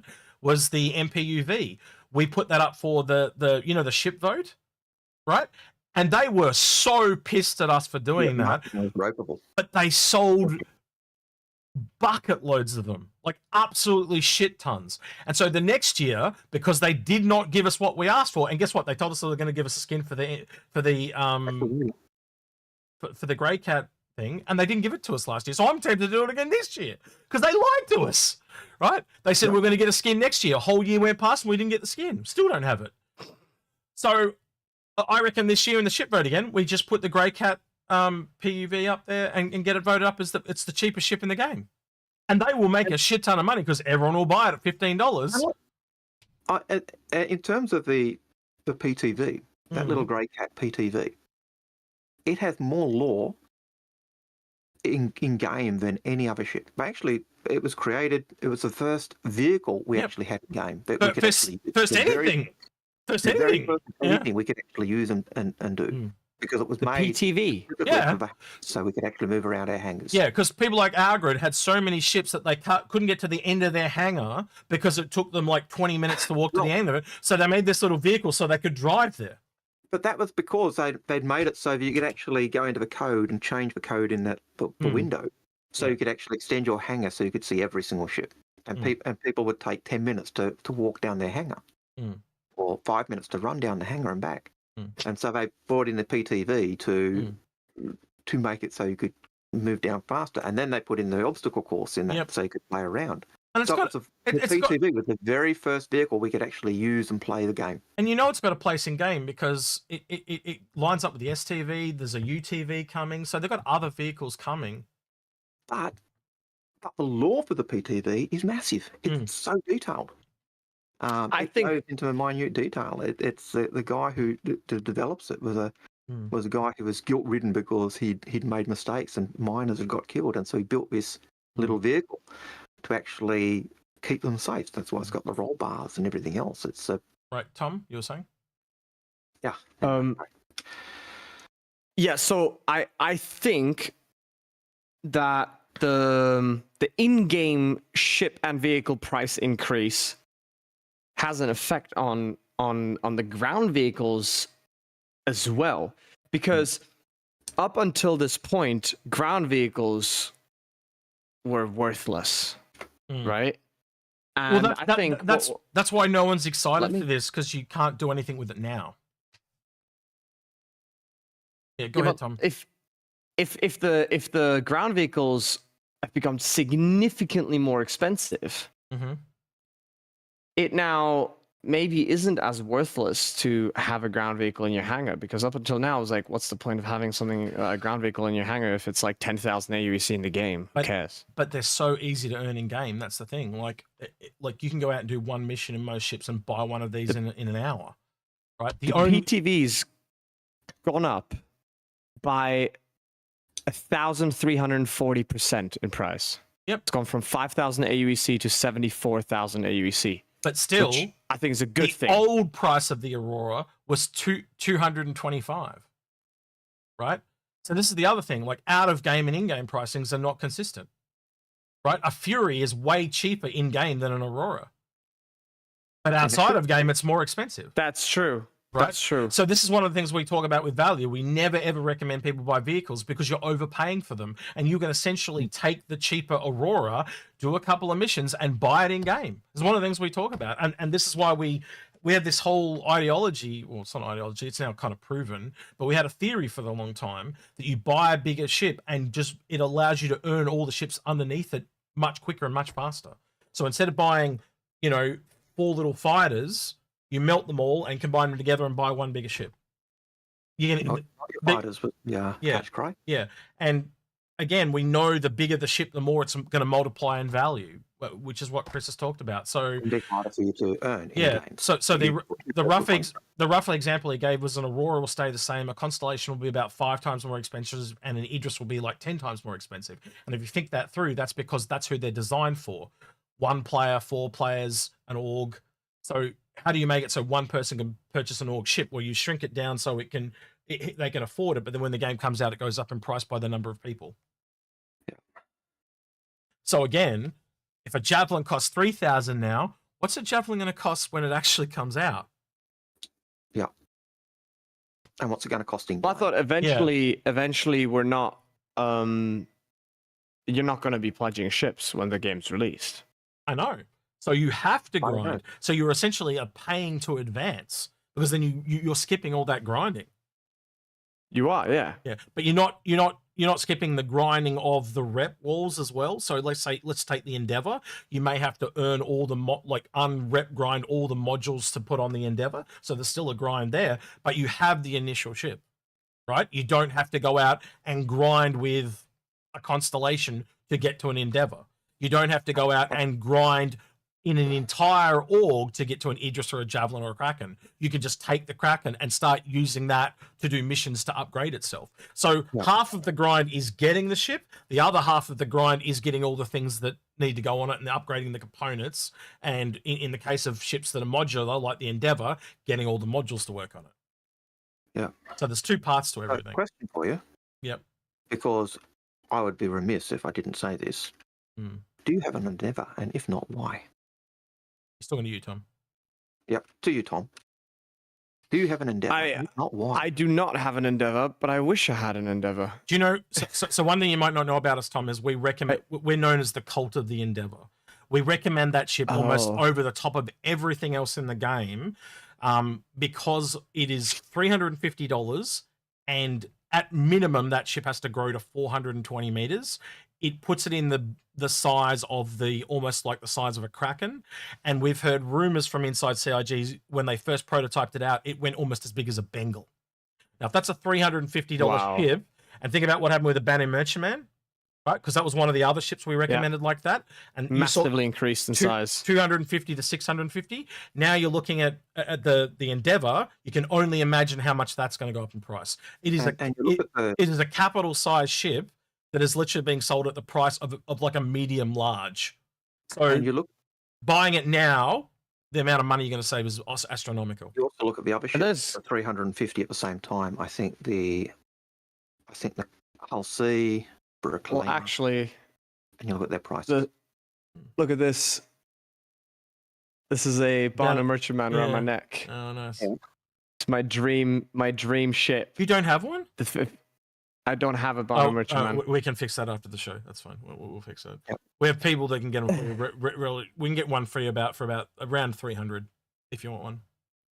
Yeah, but I'm not ready to But All right. Well, when you're ready, we can hook you up at a discount. pay that Yeah. for a ship right now. Crazy hours, use sales. Here's your help for you. Here's a little fix my fleet help Mhm. for you. You want the Banu Merchantman, and Yes. I would encourage you to look at the Endeavour, since Mhm. and both of those ships are ships you said I can't afford. Add Invictus Mhm. or IAE whenever they come available. Buy a CCU from a closest ship to that ship, closest ship to the Banu Merchantman, closest ship to the Endeavour. Leave it in your hangar. That locks that ship in at $350, and then use CCUs to build up from whatever ship you use. You guys are And use fucking an LPI genius. token to give them This is what he's starting to describe is getting into the details of what we do. So do you know about Warbond? You lock in the price, yeah. Yeah. So do you know what a Warbond CCU is, Tom? Yes. Right. So can you you know how they come with a discount? Yes. Right. So can you imagine if you took multiple Warbond CCUs, how much you could bring down the price of ships?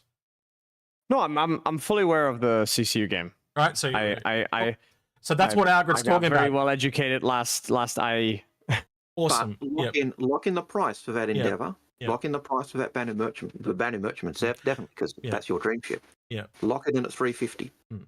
Then use But one will there? CCU But and do you? bring But that I up. thought the Banu Merchantman's hull limited. No, it's not. It's not. No. And again, Okay. Then it's new. But but yeah, if you can afford the whole thing though, we know people that have built Manu Merchantman chains and got them down, and they might want to get out of the game, or they've got too many ships and stuff like that, and they reach out to us, and we basically we don't get anything out of it other than helping both parties. So if you want to get one cheap, you can get them for like $300 and stuff like that. So yeah. But yeah, it's up to you. yeah. No pressure. You know. We'll talk to you about it later. But anyway, X, I can't spend that money, unfortunately, but it is my dream to have a Well, Banu now Merchantman one day. we'll put it up as a goal on your Twitch. I have no doubt you'll be surprised how generous the community is. If they know that you're wanting a Banu Merchantman and you need $300 to get it, put a goal thing up there and go Dream Ship Banu Merchantman, and you watch people will go here, have $10, $10, and before you know it, you'll have the $300 to do it. I guarantee it. They are very generous. This community. You know what? Maybe, maybe I will do it. Yeah, Yeah. actually, I'll set it up for next stream. Yep, We'll see. and tell them that we told you to, and if it doesn't work, you can blame us. Right? You can blame us. Yeah. But look, we did it for badges. Badges love the Yep. Perseus. We got badges of Perseus. Z-Doctor, you may have a spare BMM. Send it over, man. All right. So, So we've done. and Yeah. we want to get him a Perseus. We'll CCU it. We'll do it. We'll CCU one up. Yeah, and we had heaps of people here donating, and got him the money that he needed to get to a Perseus in one stream, right? Yeah. So if we can do it in one stream, I have no doubt that you can do it Ship over double. time. Yeah, and that was like a $675 ship. Yeah. You know, so So- if we got that in Wow. one stream, I'm pretty sure you can do it over multiple streams, no problem. So, Yep. your dream ship. Well, Dream ship. I'll set that up. I'll set that up. But even at the bare Unless Z-Doctor DMs me. even as a bare minimum, get yourself that CCU from Yep. the closest ship to it. Yeah, if I don't manage to get the BMM until until the CCU is available, I'll probably get that, because that's actually very smart. That's very smart. a CCU from, I think it's a Starfarer G to a BMM is $10. Yeah, Starfarer Gemini to Endeavour will cost you $10, and if you want one, And I think you do the same to I've got them in buyback if you want one. I've got a whole bunch of them. I keep them deliberately because there are people that want them, so I can help you out. I'm just going to move you over here for a second, Tom. Don't take offense, right? Yeah. Oh no! Yeah. So what we're doing here is this is the Medical Ursa clearly, and you can just see. So I actually got feedback. You can just see that there's one bed there on the right. There is clearly no bed on the other side. So I think we can confirm safely now. Just like The Pisces. the Pisces. Yep. Exactly the interior of a Pisces. Yeah. So I think So we can There's two beds behind one another. stop making it complicated. There's one bed. Yeah, It's- medical is not big enough for us. yeah, it doesn't have enough space. There's also Or a it's not big enough for there's us. also a component panel on that side as well in the other Ursa. So I assume it's got the same component panel there as well. So it's got enough room for a bed. That's it. And it obviously looks like it's got some medical facilities like the Pisces had. You know, the Yep. little cabinets. So yeah. Yep. But going back to the question, and kill the bot, because we are actually at 902x. So you know. Damn. Yeah. Damn. This is our normal cutoff time, Tom, and we've got all these No, questions to do. normal cut-off time is an hour ago. Oh shit! What, an hour? Yeah. No, it's 6 because we start at 6 and go through to 9 now. Okay. Yep. Okay. True. You're thinking pre daylight savings. Pre-daylight savings. But yeah. Oh god, I've got a whole page here. Still got, All right. Well, I will rapid fire these questions because I don't want to be a bit quicker. if you do have a burning question, Too bloody late. The bot's the gone. way you're going to get them is super chat or do something else. We don't have to. Yeah. But All right. Here, Alex asked: is the medical Ursa ground vehicle the equivalent of the Cutlass Red ship? No, it's the equivalent of the Pisces. We literally just covered that. Same person says: in your opinion, which ship is better, medical gameplay, Apollo or Galaxy? Ooh, that's a tough question because you can get everything you need in Apollo and it's smaller, but the Galaxy's got that, then all the other stuff that comes with it. yeah, I think it's going to go on your playstyle, what you actually want. Galaxy's got them all three set up already, so it's a mini. He does say mini He does say medical gameplay. Yep. I think you get the same in both. You've just both got to customize. But not on the Galaxy. You don't. There's nothing to customize on the Galaxy. You've got. What I mean is though, you can get all the beds in the Apollo. You can get, but you've got to shift them around. You've got all the beds, but you've got it on an actually Apollo, you've got a choice. Actually, for me, I just think it's the medical Ursa. You can't get a medical Ursa on the Apollo. Yep. So you got no ground vehicle gameplay, but you also don't have the drone gameplay, but you also don't have the Pisces landing in the back with the C8R. Apollo is a smaller ship, so it can actually do the landings better than a Galaxy as well. So, but is search and however you want to do your medical, both of those I think have options. Is search and rescue a part of medical? That's the other thing I'd put out there. Yep. They're fairly similar. What did you think, Tom? I thought the Galaxy was significantly bigger. It is. They're both large ships. One is. How do I explain this? They feel large. It feels bigger. Yeah. No. They are both large. I said feels. Yeah. So you know how a Connie is a large ship, but it can land on the smaller pad than say a Caterpillar or a 600i. So it's like I think they call it a subcap. So one's like size 4 and one's like size 5. Yep. So they actually are different sizes, but it's hard. I always saw the Apollo as being a smaller ship. It felt like a smaller ship than a Connie. It felt like it was a cut down Connie. Yeah. They land on the same pad though. It is the smallest. It's chunkier ship than a Connie, no? Yeah, it's fatter. It's the smallest ship that because a Connie's is just like a slim hallway. It's the smallest ship that lands on the same pad as a Connie. Yep. Right. Next question. Lyrium says the Liberator was in the ILM launch trailer last year for literally a split second. Do you think it could be a hint that it's being worked on? No.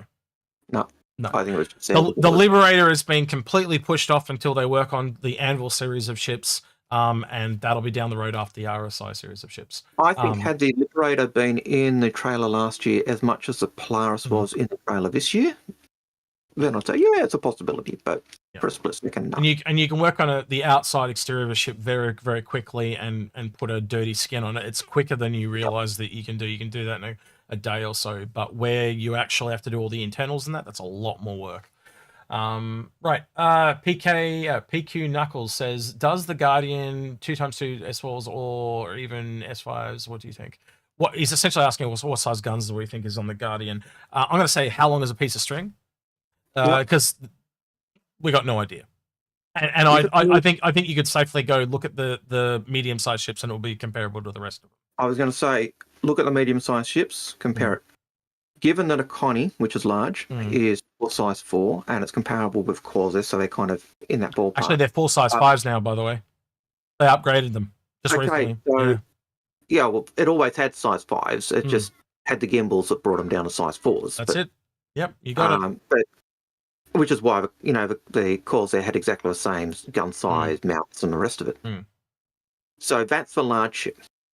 So you're not going to see, I think, the small, medium ship have that. It'll be a scale down. I think the one thing that may change it up is there's the 4 kind of prongs on the Guardian, so it kind of leans towards 4 guns over 2. Yep.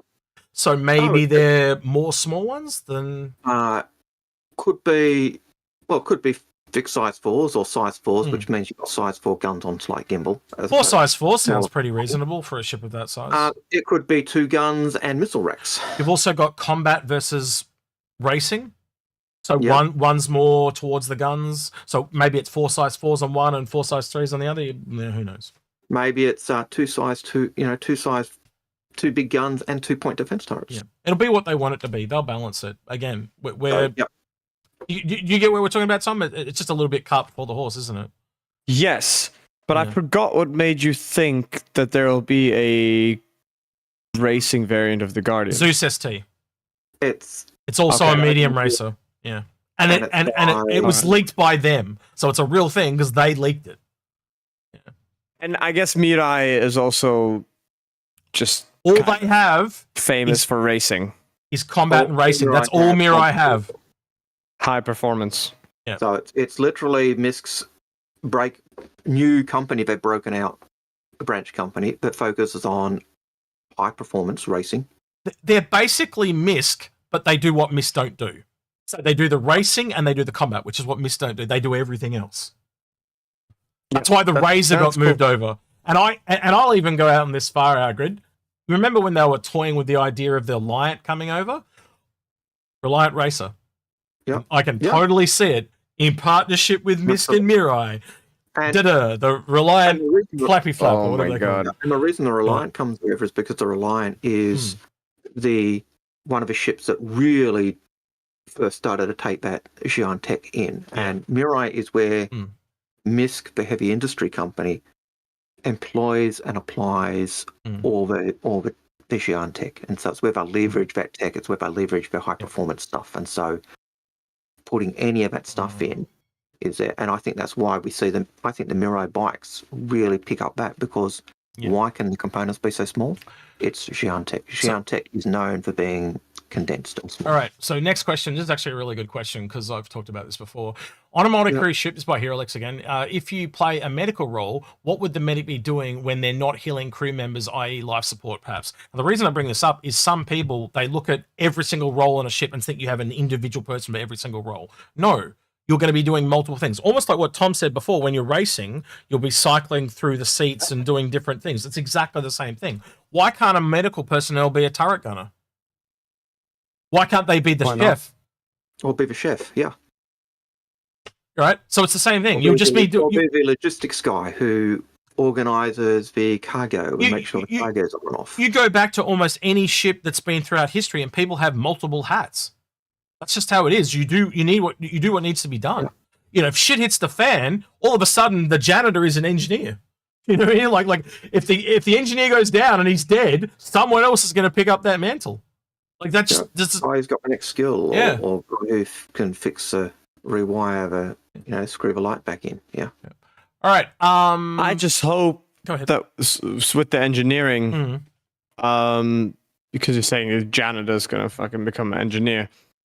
I'm exaggerating now. Yeah. I just hope that there will be kind of a level of skill with engineering. So I hope that it's going to be something that you can be really good at. Because from what I've seen, it's the changing fuses. So that doesn't necessarily require much skill. So this goes back to what I was saying about people not seeing the future stuff, because they literally have said, this is the test time to kill. It is not engineering. It is the basics of engineering just to test out time to kill. And people are jumping down the bit going, is this all it is? Because they don't inform themselves. They jump to assumptions and they don't. It's not. If you go read what they said, it's just fuses. But it's to test time to kill. I hope it's gonna be like really high skill ceiling. Well, you know, already, like- already at CitizenCon, we saw them physically repairing the components. You can't do that right now. Yeah. yeah. And subcomponents. It And ties swapping in them what between we're different offering. ships and all that stuff. It So ties in you'll fast. probably have to pull out actual components from the ship and put them in the cargo bay, and then put a new one in. If you have so in a race, right, where you're racing around in the Zeus ST or whatever, you might have 4 power plants in the cargo bay. That's backups, and you'll have to pull them out and put them in. That's what that's there for, right? And if you go, Mid-air, in atmosphere. yeah, falling. probably You better be quick. MacGyver. No. Mission And that's where your Impossible. redundancy comes in. You've got a second power plant. It runs while you're doing the swapping the other one. So, but Yeah. I think it kind of ties in with what you were asking about how medical gameplay would be. Whether there's something that the medic's doing apart from just the bed just sitting there and they're just automatically healing. You want it to take time. And I remember Chris talking about the idea he had for medical, that if you had a good doctor, he would do a good job. And if it's a bad doctor, they might stuff it up. They might do a bad job. And so having those elements come through as well. Imagine you could kill people with the med bed if you press the wrong button. Absolutely. Yeah. Like a really high level skilled player, if you've got a really expensive character and you don't want it stuffed up, you're going to go get a level rank 5 top of the line doctor. He's going to charge you absolutely out the ass, but you pay that because you know that he's not going to stuff it up. And if he stuffs it up, you're going to want your money back. Yeah, you're gonna sue him in the arbitration courts because he dereliction of duty and he cost you one of your respawn lives. I can see cheesy titles like "You die, your money back." Yeah. Like, remember, Tom, death of a spaceman is a real thing. Eventually, you're going to have so many deaths and regenerations. You're going to have to recreate your character. Yeah, You'll be the next of kin. And so, if you've got a doctor who kills you on the table because he's incompetent and takes one of your lives, you're going to sue him because eventually you won't be able to be regenerated. All right, next question. But do you think? Go ahead. Go ahead. Do you? I know this is a little. This might be a little more in the arcadey direction and little immersion breaking. But do you think it's going to be purely skill? Or don't you think it would be a little also quite cool to add some attributes or perks? They've moved into a lot of that stuff, but all the perks are very light and they naturally progress. So if you're picking up boxes and stuff, you'll get stronger. They've kind of said words to that effect. But the initial from the get-go, this was a skill-based MMO. So you can jump in day one. You don't have to level up to 60 like in World of Warcraft. You can literally just jump in and start playing with your mates. And so what they've done is it's a rep grind. So you can jump in and play with them, but you just won't have access to things unless they give you the access. I like a healthy balance of both. Let me just. Where you can also get carried, like you just described. Yeah. So if I have access to buy a constellation, you can't buy a constellation, but you can come with me on my constellation day one. Just to give an example. Yes. That's what I mean by getting carried, and I like that actually. Yeah. And you can about doing missions the same way that games like Guild Wars 2 do missions, where the boss mob turns up and everyone can turn up and fight the boss mob. We see that in Xenothread. So you could, even though you've only got your Aurora, you could turn up and help fight in Xenothread and get the rewards and do stuff. So you can get pulled along by people or join other people on their bigger ship to do the same job. So right. This has been the longest rapid fire question of all time, so I'm going to move on. Yep. Out of all the ships in game or concept, which is the absolute fastest to go from A to B? Now, I would say the Herald. Should be. Yep. And certainly in racing at the moment, it is certainly it ruled the roost. Tom, do you want to speak to that at all? Fastest ship A to B in a line at the moment. A to B in a line. Yeah. What's the ship that has top speed? Is it still Herald? Herald? Yeah. Herald. Yeah. In the data analytics we've gathered for Anzio Racing, and the Herald wins hands down. Yeah, cool. In every category we look at. Next question. Citizen Scott says, the thing that makes the rally interesting, though, is the train. Okay, that's not a question. You should consider putting questions on screen. Yeah, it'd be great if we could, but we can't do that for YouTube and for Twitch, right? We are looking at upgrades for the bots down the line, so hopefully that is one of the requests we've put in. Yeah. So, yeah, hopefully. Question, do you still recommend not buying fighters with real money? Absolutely. Same with vehicles. Anything, a rough guide, if you want it in one sentence, is don't buy anything under $250 unless you really want it, right? Because it's not good value. It's not going to multiply, right? So when you get into ships like where it starts to get the value is those large ships like the Corsair, the MSR, the Connie. But for the same example, an Ares is $10 less, and it's not worth it. It's a small ship that's the price of a large. Makes no sense.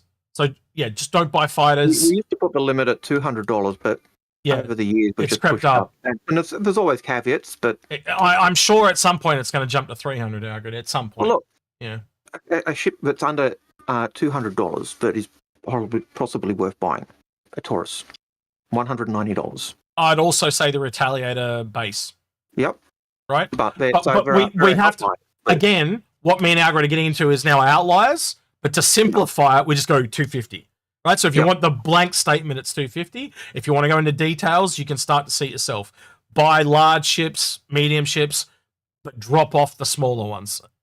I hope that answers the question. Right. And if you want more, go into our guides on the channel. There's a whole playlist on CC guides and all that type of stuff.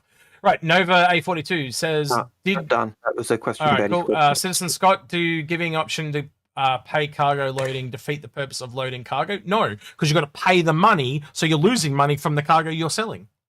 Yep, and it'll take time. Yeah. PQ Knuckles says, does the Galaxy have a ramp in the back for its nurser? No, it has a cargo elevator type thing. That's where it's got the elevator. Yeah, and there's an elevator on the cargo variant and the medical one, but not on the refinery. Yep. And if there's a cargo elevator on the medical, what the hell do you need the elevator for? Tom, if you want to say anything, just speak up because I'm firing through these like crazy. No. I'm letting you rapid fire this. Cool. Bitmask64 says, I love the realistic pains. I think he means paints in the game that make it take a long time to play sessions like cargo or even transferring. I wonder if the game is alienating folks that play less. This is something we've talked about, but I think that's why they're potentially removing bed logging because of the time it just takes to get all the way out to places like that. I think they want it so you just, like a traditional MMO, you respawn where you were previously. I think he actually did mean pains, the actual frustrations, X, Y, and Z. Yep, I think you're right. After I read it, yes. Jockcop says, along with the MPU Ursa, could we see advanced starter from CitizenCon? I think we kind of answered this before, but I think the ship that's coming, whatever it is, we haven't seen it before at all. I hope it's not an advanced starter. I hope it's a medium or large ship. That's my hope. I'd like to think it's the Mirai heavy fighter because I think that plays into master modes and the engineering gameplay and and it also goes into that they're on a bit of a Mirai trip at the moment. You know, we've had the Fury, we've got the Pulse, blah blah blah. Like working on that school of thing at the same time makes a lot of sense. So I hope that Algared is correct in that. Tom, would you hope to see the Guardian, or is there something else you'd like to see? Oh, I love the Guardian because it reminds me of Kylo Ren's TIE Interceptor. Does go into that. Do you remember that shit? Yeah, it does go into that Star Wars vibe. Sell very well. I think we can all agree a large TIE fighter-esque like a ship will sell a shit ton. What did we say about the Furies? They were TIE fighters. Yep. A bit like the Scorpions were X-Wings. Like, no, sorry, it's not a the Kylo Ren ship is not a TIE Interceptor, it's a TIE Silencer, I believe, or something like that, right? Yeah. Somebody in chat may correct me. It's got a weird name, I'd have to look it up. I know that May the 4th... And the Fury's an Interceptor. I know that May the 4th be with you. For you, it may not be the 4th, but for us, it is. Yeah, it's Star Wars Day for us today. It is Star Wars Day for us. Oh, shit! Oh, no. Not for you yet. We're a day ahead of you. You got to remember that. So it's really funny for us because we have April Fools and then we're doing April Fools and then like the next day you go like all this crazy shit comes out and we're like, nah, I'm not falling for that shit because like that was yesterday. It never works on us. The 4th for me. Oh, well, there you go. It's after midnight for you now, is it? There you go. May the 4th be with you. Yeah, it's 1:20 for me. Oh, there you go. May the 4th be with you. No, just kidding.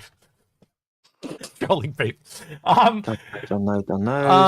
George Smith says, with the new cargo missions coming, what ship for the solo player would be best? Hull A, Freelancer Max, or a C1? It depends on the player.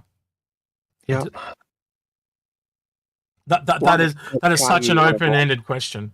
Don't buy the Freelancer. again, It's you got ugly and outdated. you got to look into the future though, Tom. Right? It's going to get a rework, and it'll have a new shininess to it. Do you think you're going to see a rework for the C1? But I don't think the C1's ugly. Do you think the reworked Freelancer will be ugly? Yeah, that's Yes. mix it up. Well, that's unless up to you. it's But a new ship, completely new ship. But some people like the ugly duckling too. Not everyone's the same. So as I said, it's a personal taste. Any of those would work, right? We also have the Zeus CL coming down the pipe, right? And I think from the testing that you and I did, Algared, if you remember back to that, I don't know what you remember, you don't. But for me and you, those medium ships, when it was the cargo, it came down to the Freelancer Max and the Zeus CL, and it was actually the Max that we thought took it, because remember the speed in the straight line because of the extra engines. Yep. And the CL, All our discussion on that. and Yep, we're doing that comparison. and we're predicting that the CL has extra armor, so it'll be slower, right? But it does have the tractor beam, and that would be an advantage. So it'd probably be faster in loading, but not faster in travel. So what's more important to you? So to put that back to the person that answered that question, which was George Smith, do you want faster travel or faster loading? Are you going longer distances or shorter distances? Because if you're shorter and reloading more frequently, and you're in a medium ship, I'd say that's probably, it's going to be one of those two. Like, I can't answer that until we got them in game. But that's where it boils What's the down. Zeus loaner? What's the CL loaner? No damn clue. I can look it up, though. Hang on. I'll look it up. We'd have to go into the matrix. Let me Google that for you. Ship, Yep. loaner, matrix, And boom. and Well, while you're doing that, I'll go to the next I'll have question. it. I'll have it in 5 seconds. Just wait, Yep. please. It is so. I'll still start the next question. It's C1 Spirit is the loaner, so you can you already get a cargo ship for it as well. Yep. Hmm. And I'd go for the Helbrin Zeus. have a question. Just Helbrin's personal. question is, as a 3D student, do you think CIG will notice or have thoughts of changing ships if I, Evil Grin, come up with an idea and build something on the 350R? Never say never. You could inspire them. They've been inspired by things before. They may even say, hey, that's really good. Hmm. Do you want to come and work for us? Yeah. Who knows? Never say never. Chris. No, done that. No, Talked about earlier. no. We're up to, with the price increase coming, do you still recommend this? No context. You did not recommend buying fighters out of game. With the price increases coming, do you still? Yes. Don't. Again, everything's going up, not just the fighters. So the fighters are not going up to the same extent other ships are going to go up, though. They've talked about on-release ships multiplying in price quite significantly. I explained that before with the org pricing and stuff like that. Ashra Katana says, Nova A42. No, that's not a question. That's not a question. That's a question.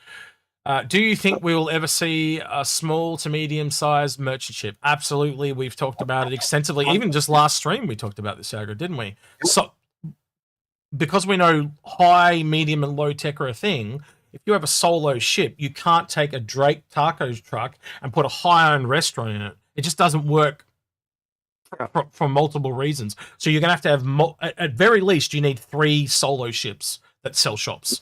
You need like a low-end Drake one, a high-end Origin one, and something in the middle, something like that, right? And to be honest with you, you can kind of already see it when you look between the Drake Pioneer and the Banner Merchantman. You have a low-tech and a high-tech.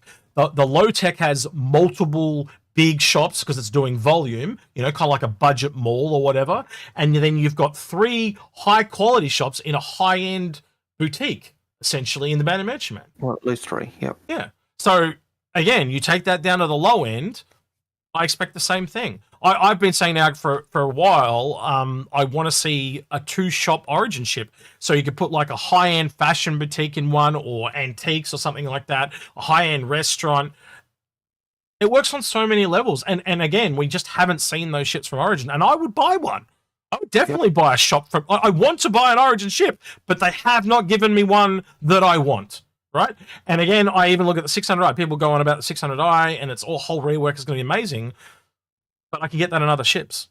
There's nothing functional about that ship. And the only thing I've seen them do functional that I thought was a total cop-out was they go, it can now carry a single large vehicle. What a cop-out. and it's got medical, and it put medical in. I'd buy a Liberator or I'd buy a C2. They're both better and cheaper in some regards. Alex in chat says he wants an Argo food truck. Yeah, that would work too. That'd be in the middle somewhere. Yeah.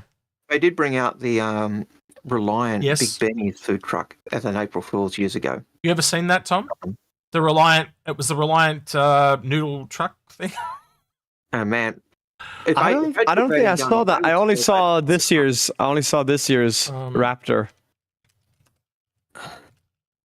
Clever girl. What's it called? Noodle. I'll just call it Noodle. Oh, I don't know. Citizen. Lion Noodle Van. See if we can get it to come up. Images. I can't even remember the year they did it. There it is. There it is. Yeah. It's not very big, but I'll there you go. The Big Benny's Noodle Van. Yeah. And that was the first ever kind of April Fools they ever did. But I And if you click on it to buy it, like this usually how you got the little forum badge, there's a really cool I'd have to open. I'll see if it's still there. It's still one of the coolest. Big Benny's. Oh, did you get the vending machine? No. It's a little noodle. I'd have to go into it. It's a little Big Benny's container. Yeah, it's the noodle. So if you go back to the picture, it's this noodle bowl, but essentially, without having as a badge. Yeah, as a little forum badge. Yeah, as a forum badge. That's really cool. And it's literally the title is literally food. Yeah. But Yeah. All right. We're down to the last few questions now. So Mr. E or Mr. E says, besides repair, will the Crucible be able to do the same thing as the SRV hauling ships? Absolutely. It's got a tractor beam. I have no doubt it is the encompassing of all the repair stuff. Yeah. In fact, one of the things that it was originally designed to be was also a tow truck. Yep. Whether it's still the question is whether it keeps that, isn't it? But I think it will keep it, but again, they can do whatever they want in reworks. But I think that ship has informed the SRV and the Vulcan and others, and like that was the first, and then they've like folded out and other things. But we'll see. And the Vulcan's got drones. The Crucible's got drones, so you can just see them. Another one you should probably pick up a CCU for, Tom. Yeah. Drastically undervalued. So there's two ships left that were in the old metrics. Crucible? The Crucible and the Endeavor. We recommend those two more than any other ship because which is why we're also. I love the Crucible. Church of Crucible. We are not church. We're Crucible. Cult of both. Anyway, yeah. So that one's Wombalismo. The new players don't even know. That's not a question. The LX is a combat game. The LX is a combat game model? No. So the LX is under Mirai. I assume is what he's talking about. The LX is under Mirai. Basically, that stands for racing. And it kind of comes from the tags that they associated with the Razor. That's where they came from. So basically, you have the Pulse and the Pulse LX, just like you have the Fury and the Fury LX. And LX on Aurora's was luxury, which was... So a different luxury or high end. But different manufacturers have different tags, and that just confused the issue. Bitmaster 64, is the fact that the latest hoverbike is a motorbike mean that the Ranger may never happen? No, the Ranger's happening. The problem with the Ranger though is it's physically on the ground, and much like the Cyclone where it has physical tires, it's probably going to be the only thing in the game that it physically has only 2 tires though. So it's a lot of extra work just to get that. And that's why you haven't seen it, where you can essentially copy the code of the Dragonfly to the Pulse, change a few numbers, and there's the Pulse, right? It's a much easier job than actually trying to work out how two-wheeled physics work. And as you heard Tom before, well, the vehicles don't drive for shit at the moment. They are disgusting. So, yeah. Another thing with the Pulse is it does, I saw, I think it was Citizen Scott in chat earlier, it reminded him of a snow ski, which is very much what a kettle grad is. Yeah. But yeah, it's just for a road, not the snow. Yeah. Right. So last question for today. Master Macro says, please may I ask for a CCU chain to the Arastra. We will be doing CCU chaining guides for Invictus over the whole thing, and I'll do a big CCU chain guide as I always do. So you'll be able to follow that when it comes out on some of the last days of Invictus. And that'll probably even help you too, Tom, if you want to get those prices down. Master Macros, do you want a CCU chain for that? Go into our channel and join the CCU help channel, and I'm sure people will help you work out a CCU for that ship. Tom? I was gonna say, do you want to rate my hangar before we end?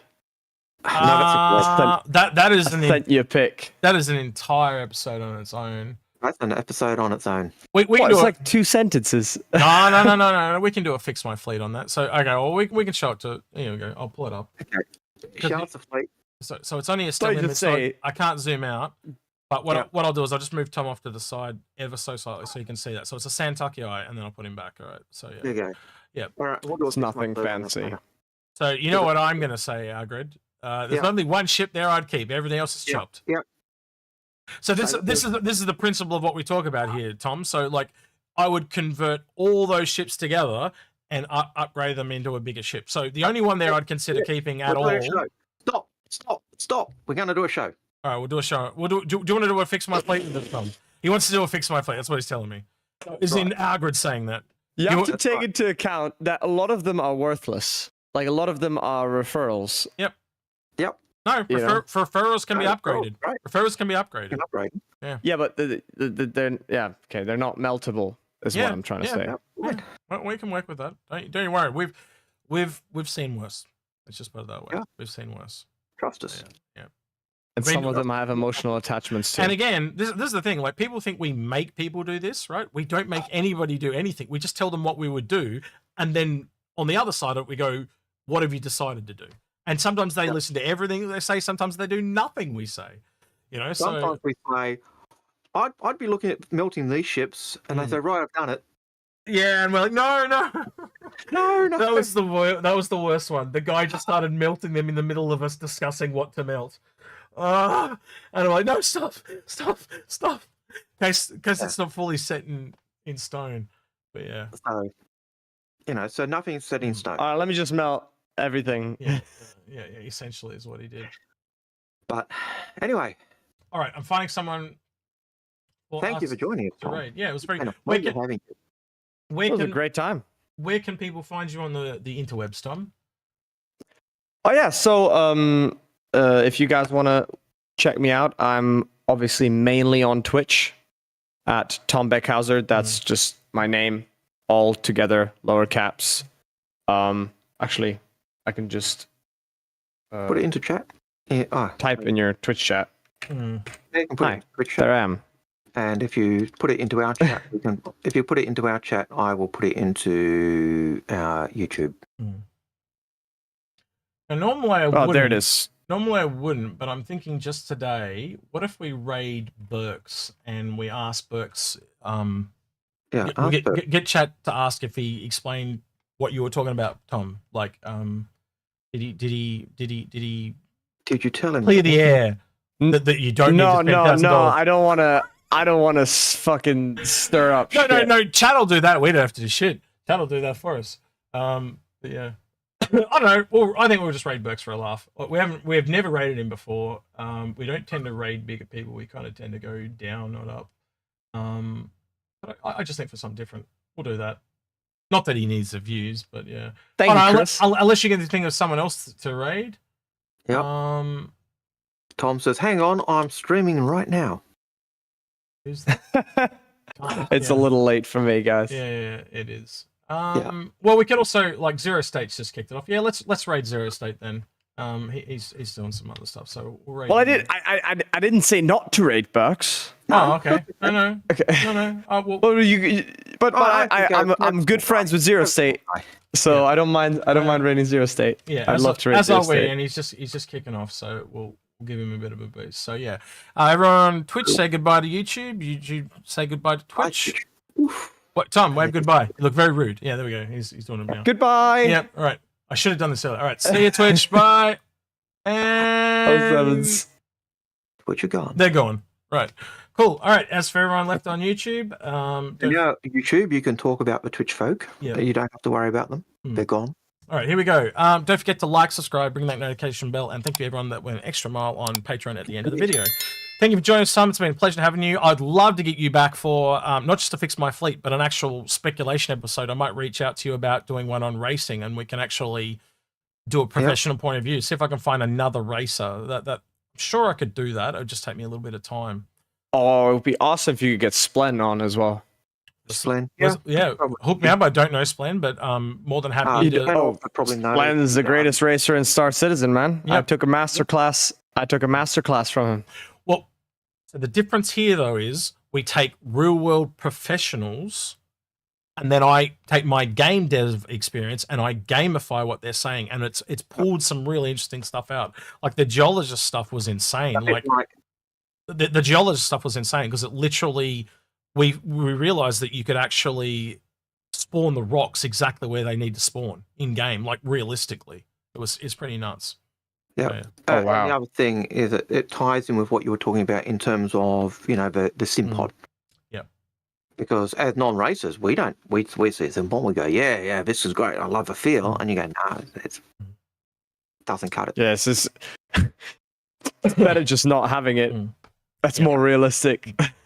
All right, then, Tom. Thanks again for joining us. So he's been Tom. He's been Algared. He's been Execute, and we're out of here. Take care. See you, citizens. Say goodbye, everyone. Bye, everyone. Tom, you didn't say bye, everyone. Goodbye. Sorry. Bye. You're picking on the poor guy.